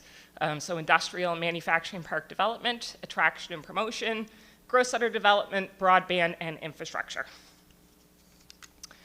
So I will talk about kind of the 2 areas that I am most directly involved in under those 5 areas of strategic focus. The first being the industrial and manufacturing park development. So when the strategic plan was updated in the spring of 23, this is what the kind of action items for those were. So in 23, engage in partnership discussions, undertake technical studies, and then 24, start thinking about lot layout, service design, and construction. So that project is connected to a key strategic project of getting detailed design plans for a potential light industrial park on lands north of the Waterville sewage treatment plant. So I will say we did get a conceptual design plan last summer, along with the cost estimate that we are in the process of reviewing. But more critically, we are coordinating timelines with the province regarding the interchange. So this project is all connected to that new interchange that is being built on Highway 101 just outside of Cambridge, in between Berwick and Coldbrook. And you probably saw construction start back in the fall. So this is probably the best image I could find. This is from Nova Scotia Public Works. I do apologize. I did blow it up as large as I can, but it's still a little hard to see. But just to give you the rough idea of where that interchange is going. And if you look at that straight yellow line going up the center of the screen, right where it starts to turn, there's 3 little black boxes. That is our Waterville sewage treatment plant. So we're talking about land kind of in that area. You can see in close proximity to Annapolis Valley First Nation, the Waterville Fire Hall, and Michelet as well. So the other area that I'm most primarily involved in is the attraction and promotion. As I said, a lot of what the municipality can do under the Municipal Government Act is tell people how awesome it is to do business here. So in 2023, the idea was to create an economic development strategy that aligns with our partner strategies, and in 2024, to start implementation. So the economic development strategy for 2024 to 27 was adopted at the end of December of 2023. There were 5 objectives contained within that economic development strategy. So the first one, which I did have to shorten, is to strengthen the role of the business development analyst to be an internal and external resource for business development support. And then the other 4 there help make Kings County an attractive and inclusive place to live, work, and play, make Kings County an easier place to do business, increase commercial land stock, and market Kings County. So each of those objectives has several associated actions. A couple of them have 2, a couple of them have up to 7. There's 22 in total. And each action has 1 or more implementation items. So this strategy, it is coming up on its 2-year midpoint. So after council completes the new strategic plan, then this strategy will be updated to reflect the new strategic plan. So probably sometime in the fall. And so a more detailed discussion about the status of the implementation items, the action items, et cetera, is probably best had at that time. So switching gears again, as I did mention, a large component of my job is internal analysis for the municipality. So I picked a couple of items that I've been working on over the last few months, just to give you an idea of the sorts of things that I'm looking at. So I've been doing some work around our commercial assessment role, kind of taking a look at trends in it over time, as well as the importance of certain accounts in it. So this information is all from last year's budget, but I thought it was kind of a good overview of what we were talking about. So just to give you a quick reminder for those who haven't read the budget document lately, the tax rate last year was $2 and just under $2.29 per $100 of assessed value. So the total revenue from commercial property taxes was about $10.6 million. For context, the total general operating revenue of the municipality was $65.3 million. So if you divide one by the other, commercial property tax is about 16% of our total operating revenue. So not it is a relatively substantial part, but not incredibly significant. The largest commercial tax account represents 14% of that $10.6 million, or about 2.25% of our total general operating revenue. That's pretty healthy. We wouldn't want to see us over-reliance on one commercial tax account. So looking at last year's assessment roll, the total commercial assessment value was $466 million, and there were 1,109 commercial accounts. So you divide 466 million by 1,109, you get the average account had a value of 420,000 or so, which when you apply the tax rate generated, or the average account would have paid about $9,600 in property taxes. That average account doesn't actually exist, it's just the mathematical average. However, the median account would be, if you ordered the accounts from largest to smallest, the 555th account would be your median, the one dead in the center. So that account had a value of $115,600 last year, and it would have paid about $2,600 in property taxes. So looking at the difference between the average and the median, you can see that our commercial assessments are skewed towards the top end. If half of our accounts are fairly small, you can see any impact on commercial taxes, commercial assessments, commercial property values are going to have an outsized impact on the top end of the assessment roll. So speaking specifically about the top end of the roll, picked more or less a random cutoff number there, but we'll say just for argument's sake, look at accounts that are valued at greater than $1 million. Last year there were 75 of them. They represented just under 7% of all the commercial accounts, but with a total value of $274 million, they represented almost 60% of the total value of the commercial accounts. So again, just going to show that the commercial accounts are skewed towards the large end, and we have a small number of very large tax accounts in the commercial assessment roll. So the total revenue from those 75 accounts was like $6.3 million, or almost 10% of the total operating revenue for the county. So I continued to dig into this role, some historical roles, as well as once that data comes in, rolls into the future, again, looking for trends in how our commercial property values are moving. Switching gears for the final time, I also have been taking a look at our commercial building permits. So commercial building permits are issued for new constructions, additions, renovations, and demolitions. And they're issued with an estimated value of the work to be completed. So overall, they can be one indicator of economic activity and conditions. Generally, people feel more comfortable doing work on their property when economic conditions are good, less comfortable when economic conditions aren't as good. So I will say I did pop this chart up here looking at the last 35 years of commercial building permits. I know the numbers are kind of hard to see. The shape of the graph is more important. But I will say these are issued in nominal dollars, so that is, they're not adjusted for inflation. So they represent the value reported at the end of whatever year you're looking at. But you can see that generally both the number and value of our commercial permits have grown over time as the municipality continues to grow. The number of permits fluctuated from the 1990s before plateauing at about 60 per year from 1999 to 2015. And there was a substantial increase in 2016. That's that tall orange spike with a big blue spike on top of it. But the number of permits has fluctuated since then, but appears to be stabilizing around 80 since 2020. And the estimated value generally increases every year, in part due to inflation. But there are spikes every few years. So those spikes partially reflect the business cycle and the cyclical nature of development, but could also be skewed by 1 to 2 large projects every year. Of course, the exception to that general upward trend is 2020 to 2015, when the estimated total value actually declined year over year. Obviously, if you think about 2009 to 2015, that was a difficult time just generally of the economy around the world. So I'm working with our data analyst on detailed analysis of this data, but we've only gotten back so far to 2017. So it's still work in progress.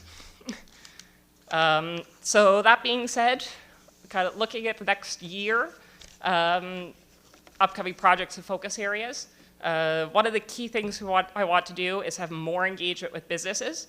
I do make a point to go out to a number of networking events and other sessions to engage with businesses, but would like to have a more focused approach to that, including potentially doing some sort of business retention expansion survey to get better feedback from our business community. I would also like to establish a more regular meeting cadence with some of our key partners. I feel like I do a fairly good job of that now, but of course there's always room for improvement. Increased support for internal projects and operations. There's of course a lot going on here that I could certainly help with. And as I mentioned, that economic development strategy update coming in the back part of this year. So with that, there's the recommendation, and I'm of course happy to take any questions. Thank you. Any questions to Christine? I have a question.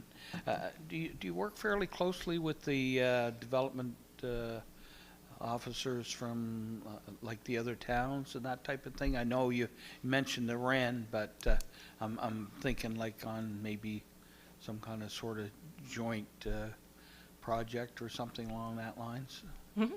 Yeah, so I work more with the economic development folks rather than the development officers who would be in kind of more that planning realm. Right. But certainly I have regular contact with my counterparts both throughout the region and across the province, working on a number of different projects.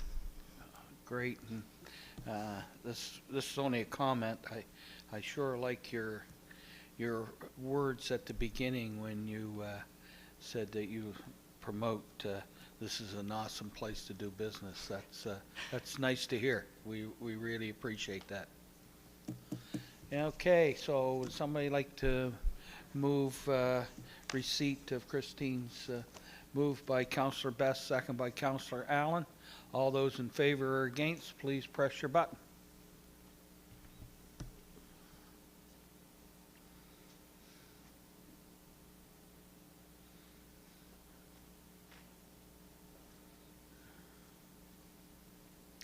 Okay, motion, I presume you're voting in favor, are you, Christine? So we're going to count on your voting in favor? Okay, thank you. All right, well, that's great. Thank you for that presentation, and we'll move on now for RCMP, Department of Justice, Manager Brown presenting.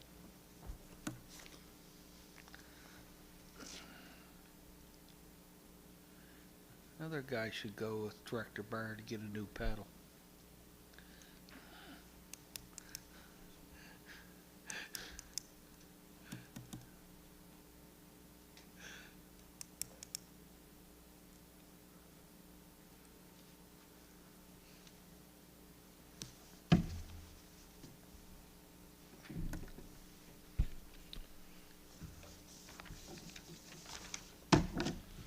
Thank you, Mr. Mayor, members of council.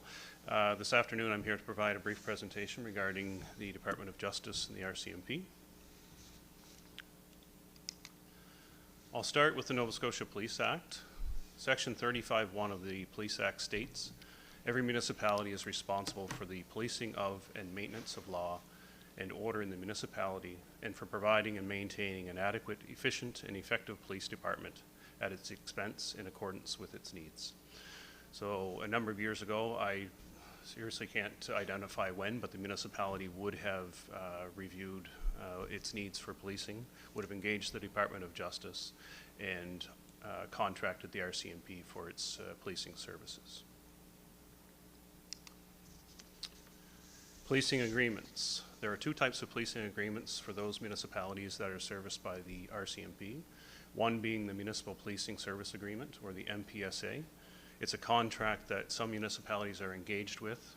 It's a contract directly with Ottawa. The municipal unit pays based on actual.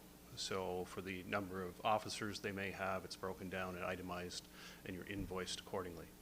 The second agreement is the Provincial Policing Service Agreement, or the PPSA. It's a bit different. It pays on budget and contracts with the Nova Scotia Department of Justice. So the municipality contracts with the Department of Justice, and invoices provided to that municipality after a formula and a calculation, and the municipality is responsible for paying that.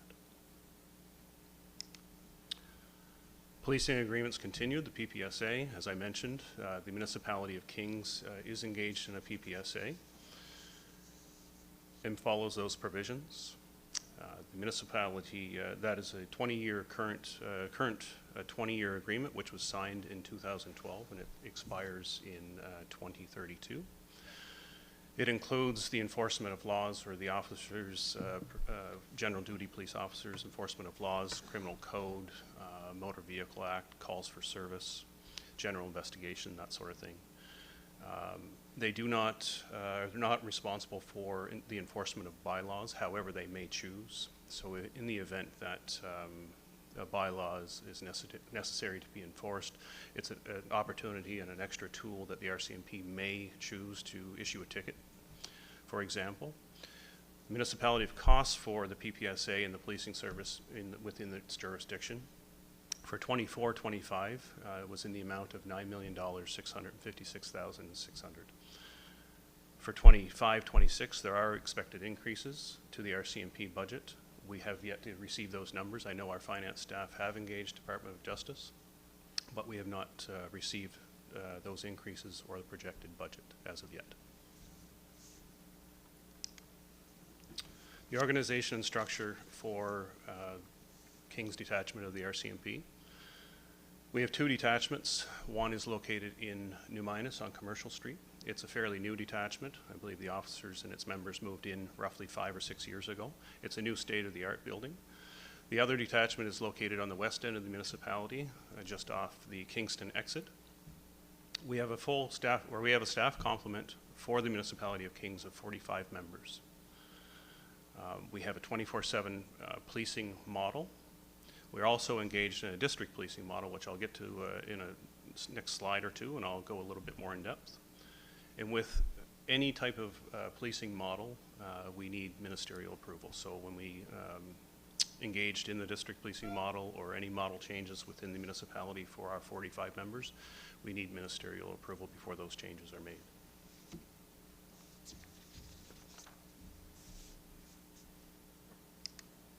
The breakdown for the municipality of Kings and its members are as follows. We have a total of 45 members which are located in New Minas and Kingston, so it's broken up a bit.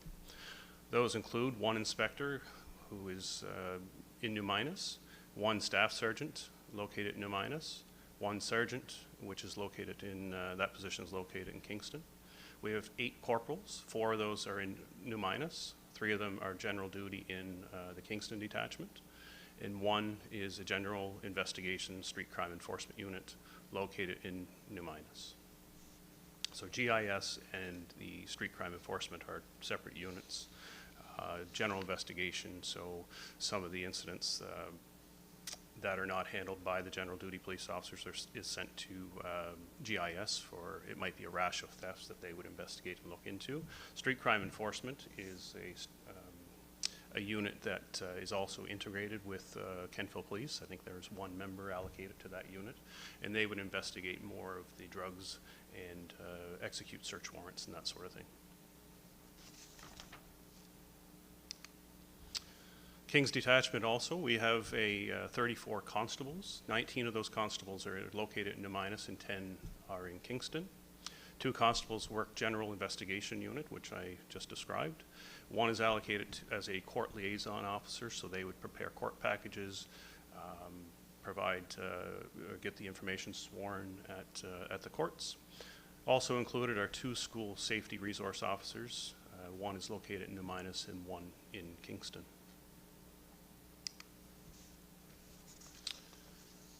I'll touch base a little bit more on the district policing model as earlier described. The district policing model is a model that is designed between the town of Berwick, the town of Wolfville, and the municipality of Kings. So the town of Berwick's officers, the town of Wolfville's officers, and the municipality is pulled together for a total of 60 officers. thereabouts. There are 2 others that I'll get to in a moment. It allows for us to pull from more resources.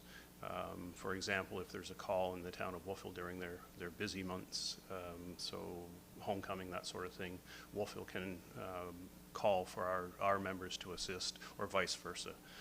Wolfville members may come into the municipality of Kings and answer a call for service, or Berwick, so on and so forth. Town of Berwick, 1 corporal is general duty located in Kingston, 3 constables, 2 located in Kingston as general duty, and 1 is allocated to the street crime enforcement unit and housed out of Kingston. And the town of Wolfville, they have a total of 9 officers, 1 sergeant being located in Wolfville, and 8 constables, all working general duty. Those officers are housed out of the detachment in Wolfville. 2 others that I explained earlier. One, we have the resources. 1 is First Nations policing position located in New Minas. It's funded by our 2 First Nation communities, which is fantastic to have that officer allocated as part of that district policing model. And 1 is the community policing and victim services, and that position is paid for by the province. So that gives us a total of 60 officers under the district policing model that we have to pull from in those resources. RCMP calls for service for 2024. I know at least 20-some years ago, when I was working in an enforcement role, the Kings detachment at that time was the 2nd busiest within the province of Nova Scotia, and I'm sure that hasn't changed. It is a very busy detachment. So the breakdown is as follows. For 2024, we had total calls of for the district, 14,970. 12,925 of those calls were allotted for the municipality of Kings within its jurisdictions, excluding the towns of Kentfield, Berwick, and Wolfville. The town of Wolfville had a total of 1,576, and the town of Berwick 406. So on a monthly average for calls for service for Kings District was 1,242 per month, and the municipality of Kings within its jurisdiction was 1,077. Kings detachment as well as the district model. Police Advisory Board. Section 57(1) of the Nova Scotia Police Act states that a municipality receiving policing services in whole or in part from the Royal Canadian Mounted Police or the provincial police shall establish a police advisory board. We here at the municipality has a police advisory board. Previous to the police advisory board, we had what was referred to as the Police Service Advisory Committee. We determined that we weren't necessarily in alignment with the Police Act, so a review was conducted. A new bylaw was created, which is Bylaw 111. It was enacted and adopted in September of 2024 and takes place of the Bylaw 84, which was our previous bylaw. Police Advisory Board, its membership consists of a 7-member board. Previous to that, we had a 9. We had 5 councillors sitting on the committee. Now we have 3. 3 members of those of the board, as stated, are council members representing West, Central, and East. We have 3 citizen appointees representing West, Central, and East. And we have 1 member appointed by the Minister of Justice. That role, the Minister of Justice appointment, is not necessarily easy to fill. We're very fortunate and very lucky to have that role filled, and we've had that filled for the last couple of years. So it's nice to have that seat filled. Right now we're sitting, we have 1 vacancy, and that's a citizen appointee. We are actively recruiting, however, and hope to have that filled soon. And actually, I'll just go back to the membership for a moment. With that, non-voting members, we have staff that fill support roles. So we have, and we're very fortunate to have Mr. Craig Gibson as our RCMP and municipal liaison. Mr. Gibson has spent over 36 years between RCMP and a short time in municipal force, so the majority of that with the RCMP, but we are very fortunate that he is with us and has a fantastic relationship with the RCMP. We also have a recording secretary in Lorianne Clark who keeps us organized and keeps our minutes and everything structured. The purpose of the advisory board, to advise council in relation to enforcement of law, liaise between council and RCMP on policing matters in the municipality, community concerns, to hear community concerns, support community policing, and provide a forum for residents, taxpayers, business people, citizens, groups, or groups to present concerns. Meetings and reporting. Our board meets on a quarterly basis. Additional meetings may be called by the chair. If an additional meeting is called by the chair, at least 1 week's notice shall be given. Emergency meetings may be called in 24 hours notice. Meetings are open to the public. However, if we may go in camera for such matters as discipline, confidential files, etc. And the majority of the members constitute quorum. So we may have all 3 council members that are unable to make it. We can still carry on as long as we have all of our citizen appointees and Minister of Justice appointee. And with that, Mr. Mayor, a recommendation is before you, and I'd be happy to take any questions. Thank you. Councillor Lutz. Thank you, Mayor, through you. Just curious if there's a standard formulation or formula for officers per amount of people in the region. Like, I feel like the county's been at 45 officers for the county for quite some time. Is it like 1 officer per 1,200 people? Like, is that a formula that the different contracts use to determine the number of officers per area? And when does that get reevaluated as the population of an area grows? Through you, Mr. Mayor, to Councillor Lutz, thank you for that question. I don't have those details in front of me. I believe there is a formula. Yes, I do understand that we've been at 45 officers now for a number of years. That's something I can certainly do a review, discuss with the Department of Justice, and get an answer back to you as soon as possible. That's okay. Deputy Mayor Peckford. Thank you, through you, Mayor. In your statistics there for calls for service, does that count traffic interaction, so speeding, anything they might come across, or is that directly when somebody calls in to dispatch? Thank you. Through you, Mr. Mayor, to Deputy Mayor Peckford. I'll clarify that with the staff sergeant, but I believe those are just calls for service. Some of them may be included if you have an impaired driver or if you have a call for speeding. I would assume that those are included, but however, I'll clarify that and ensure that what the call breakdown is. Thank you. Okay.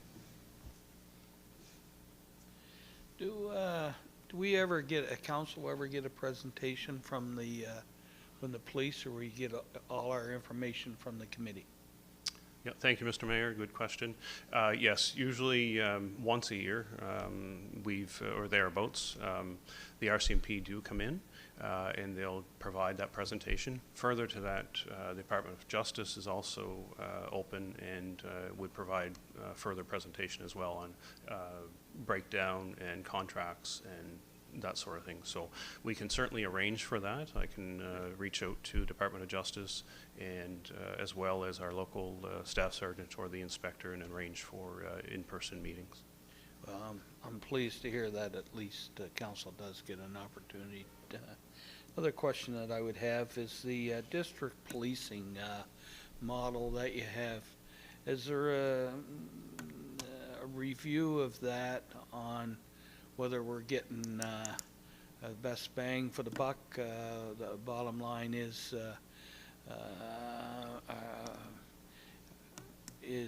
the officers of the county spending more time in the towns taking care of issues, or are more of the town police spending more time in the county helping out? And I would think the towns have less officers, so my concern would be that we're spending a lot of time backing them up more so than the other way around. Yeah, thank you, Mr. Mayor. That's a good question. And over the years, we've certainly questioned that. The CAO and myself have sat down and had further conversation with the RCMP and Department of Justice. And the statistics that they provided us at that time is that the municipality was benefiting more from the town members assisting within the jurisdiction of the municipality versus the municipality officers assisting within the towns. Well, it's good to hear. We'll leave it alone then. Thank you. All right. Would somebody like to make a motion to receive the report? Moved by Councillor Lutz, second by Councillor Allen. All those in favor or against, please press your button.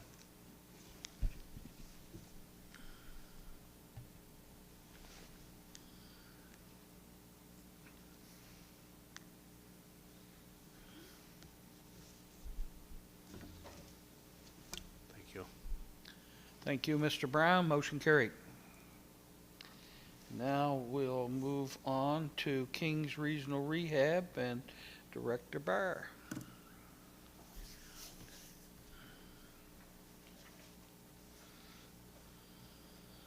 Thank you, Mr. Mayor. So this presentation relates to KRC, Kings Regional Rehabilitation Center, and the municipal divestment process that's been ongoing. So to provide you with an update of where things are at with that and some background on it. So the objective when we started this process a few years ago was to achieve autonomy for KRC and also divest the municipality of its affiliation with KRC, and I'll talk about that a little bit more here in a second. So from a background point of view, Kings Rehab is incorporated under 2 provincial statutes. There is a Municipal Housing Corporations Act that it was incorporated as the Kings County Residential Services Corporation back in 1981, and also the KRC Act in 1990, which is really a continuation of body corporate that was created by an OIC in 1979. So a complex beast, I guess, as it relates to legislation and corporation background. So under the KRC Act, the majority of the board members, 6 out of 10, are appointed by the municipality. So as you know, 4 out of the 10 are appointees from council. There's 2 citizen reps, but under the legislation, it's actually 6 that are controlling influence by the municipality. And so because of that degree of control and influence, we're required to consolidate 100% of KRC's financial statements with our own. So, but as you know, the municipality is not involved in the day-to-day management and operations of KRC other than the board appointees. The municipality doesn't provide any financial support to KRC. They actually receive about 98% of their funding comes from the Department of Community Services, or the former Department of Community Services. I'll use that term throughout here before I get to the new term for the new department. So with that, we've identified that there's a lot of municipal risk and financial exposure associated with that affiliation. So within the legislation, the KRC Act, Section 10 specifically talks about how the municipality would assume all the responsibility if KRC ceased operations and discontinued. Under Section 11 of the KRC Act, it refers to on an ongoing basis that the municipality would be guarantee of their borrowing activities. So we have actually guaranteed a couple of current debentures that are there with the Nova Scotia Treasury Board for a couple of debentures with the former MFC. So overall, while the KRC obviously has very important work that they're undertaking and very important for our municipality, their mandate doesn't really align with the core business of the municipality, and our involvement isn't really there the way that it would have been several years ago. It's our view that incompatibility, that entanglement, if you will, should have been addressed back in 1995 as part of the service exchange. It wasn't. There's a number of similar type organizations throughout the province that are in a similar type boat to us that have been looking at divestment and are in the process of that. But for both KRC and ourselves, we're both organizations were in favor of moving forward with the divestment. So for the divestment process, we've got a lot of support by the province through Department of Community Services to work with both us and KRC. They identified that the majority of their disability support program providers actually operate as nonprofit organizations incorporated under the Societies Act. We worked with DCS for a prolonged period of time trying to nail down some financial support to help KRC to move forward with that transition.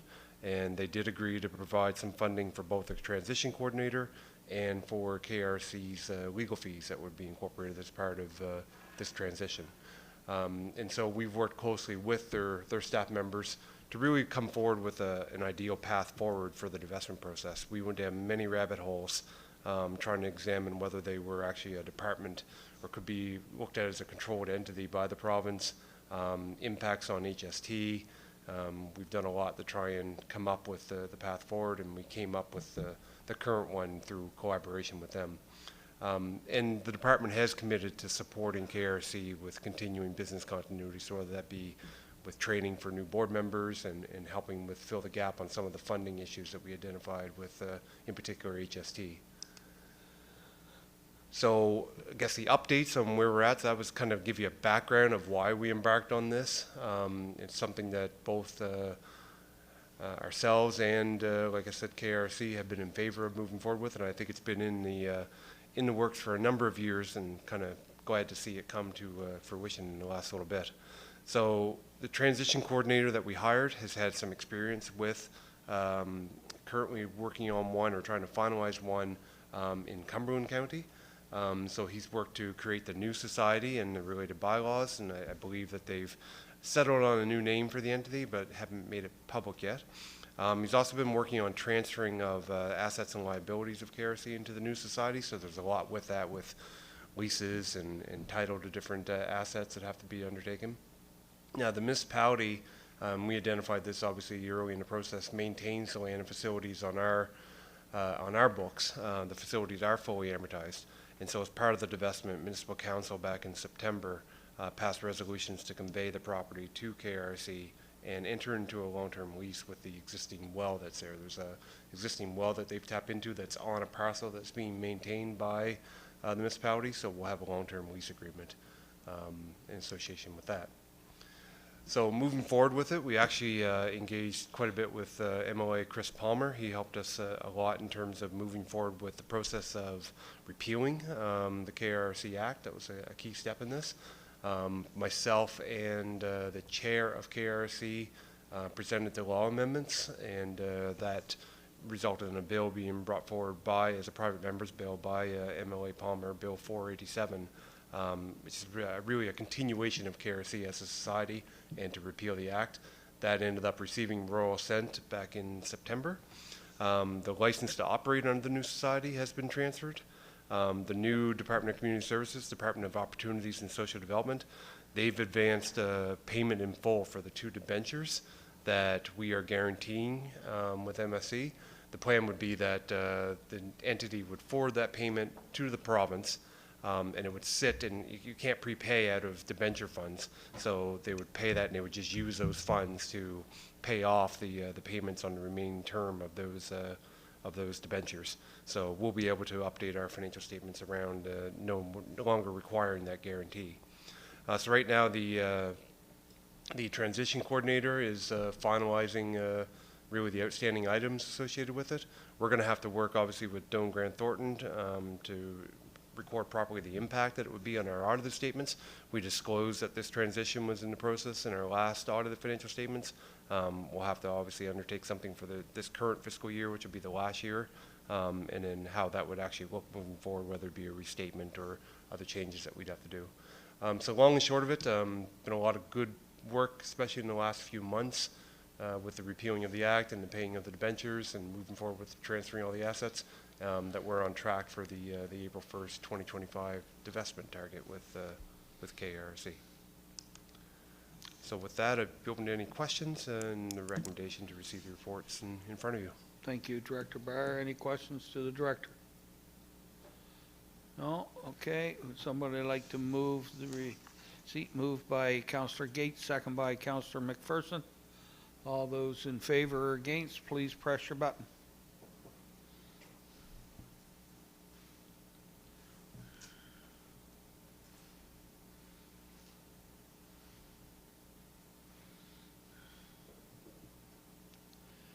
Okay, motion carried. We'll move on to other business, and we have a request by Councillor McPherson to discuss the UARB ruling in Scotts Bay. Councillor McPherson. Thank you, Mayor Corkum and Council, for allowing the late addition to the agenda. And through you, Mayor, I'm sure that Council is aware that in the last few days, the UARB has reversed or overturned the decision of Council through appeal and through developmental agreement that permitted the establishment of a campground in Scotts Bay. I realize that the report is very recent and that Council may not have had an opportunity to read it, and staff may not have had an opportunity to analyze it as well. However, I do have a number of concerns, and I guess what I'm asking Mayor Corkum is that this topic be on a future agenda for some more comprehensive conversation and discussion. In the meantime, my concern is the perception of public that the elected councillors for Kings County are fully aware or aware enough of the municipal planning strategy, the land use bylaw, and the process of developmental agreement to make informed and logical decisions about it. And I say that in particular based on my own experience of being new to council. At this point, I'm still feeling inadequate around those aspects of my job. Due to our geography in Kings County, land use is a contentious item, evidently, in particular with the number or the amount of farmland. And I think it would be in our best interest to read carefully the report of the UARB to understand potentially why our decision of council was overturned and how the learnings of that decision may inform our implementation of the municipal planning strategy, land use bylaw, and how we create development agreements moving forward. And I think a good first step in that would be some more extensive information sessions and education to the elected officials. It's a big part of our job. It's an important part of our job. If I look historically at council, a lot of the conflict that comes through this group, and I speak of other councils as well, is quite often around land use and municipal planning strategy. And if we want to do a credible job and we want to maintain the confidence of the public, I think it's important that we be fully aware of all aspects of those policies and bylaws. I'm under the impression that Director Javorek is currently working on educational sessions for us. I do have other concerns about this process and the UARB decision that I would like to bring forward at future meetings once everyone has had the opportunity to read and to analyze the response. Thank you, Mayor. Thank you, Councillor, and I would say to you, as I said earlier to Councillor Lutz, you certainly have the opportunity to put that on a future agenda, and I'm sure it's something that we'd all be interested in hearing. Plus, by bringing it up here today, and I think you discussed it very well, it gives the staff a heads up knowing that what would come forward, so we can have more discussion on this, and we can decide. It probably would be at the next at a future committee of the whole as opposed to council, but that's great. Unless anyone else has any other comments on that. Councillor Harding. Through you, Mr. Mayor, just a question. Where do we find the information from that? I heard about it, but I haven't read it because I haven't found it. So does the county send that out to us, or I don't know. I seen the, I got a copy of the report.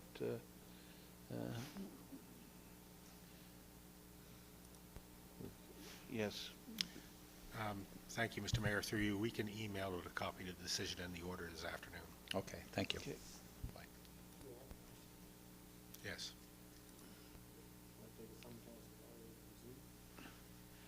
Councillor McPherson is the councillor in that area, so I'm sure he was on top of it. Yeah. Yeah. Okay.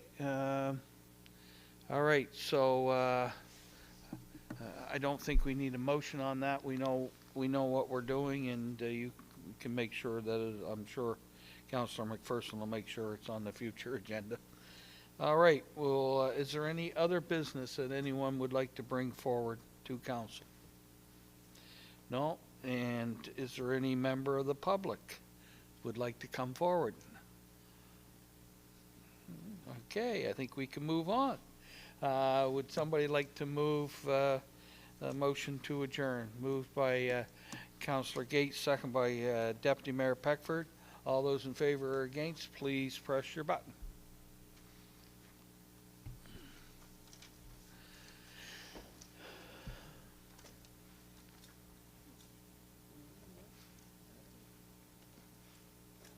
Motion to adjourn approved, and thank you for everybody's kind patience and attention to a lengthy meeting.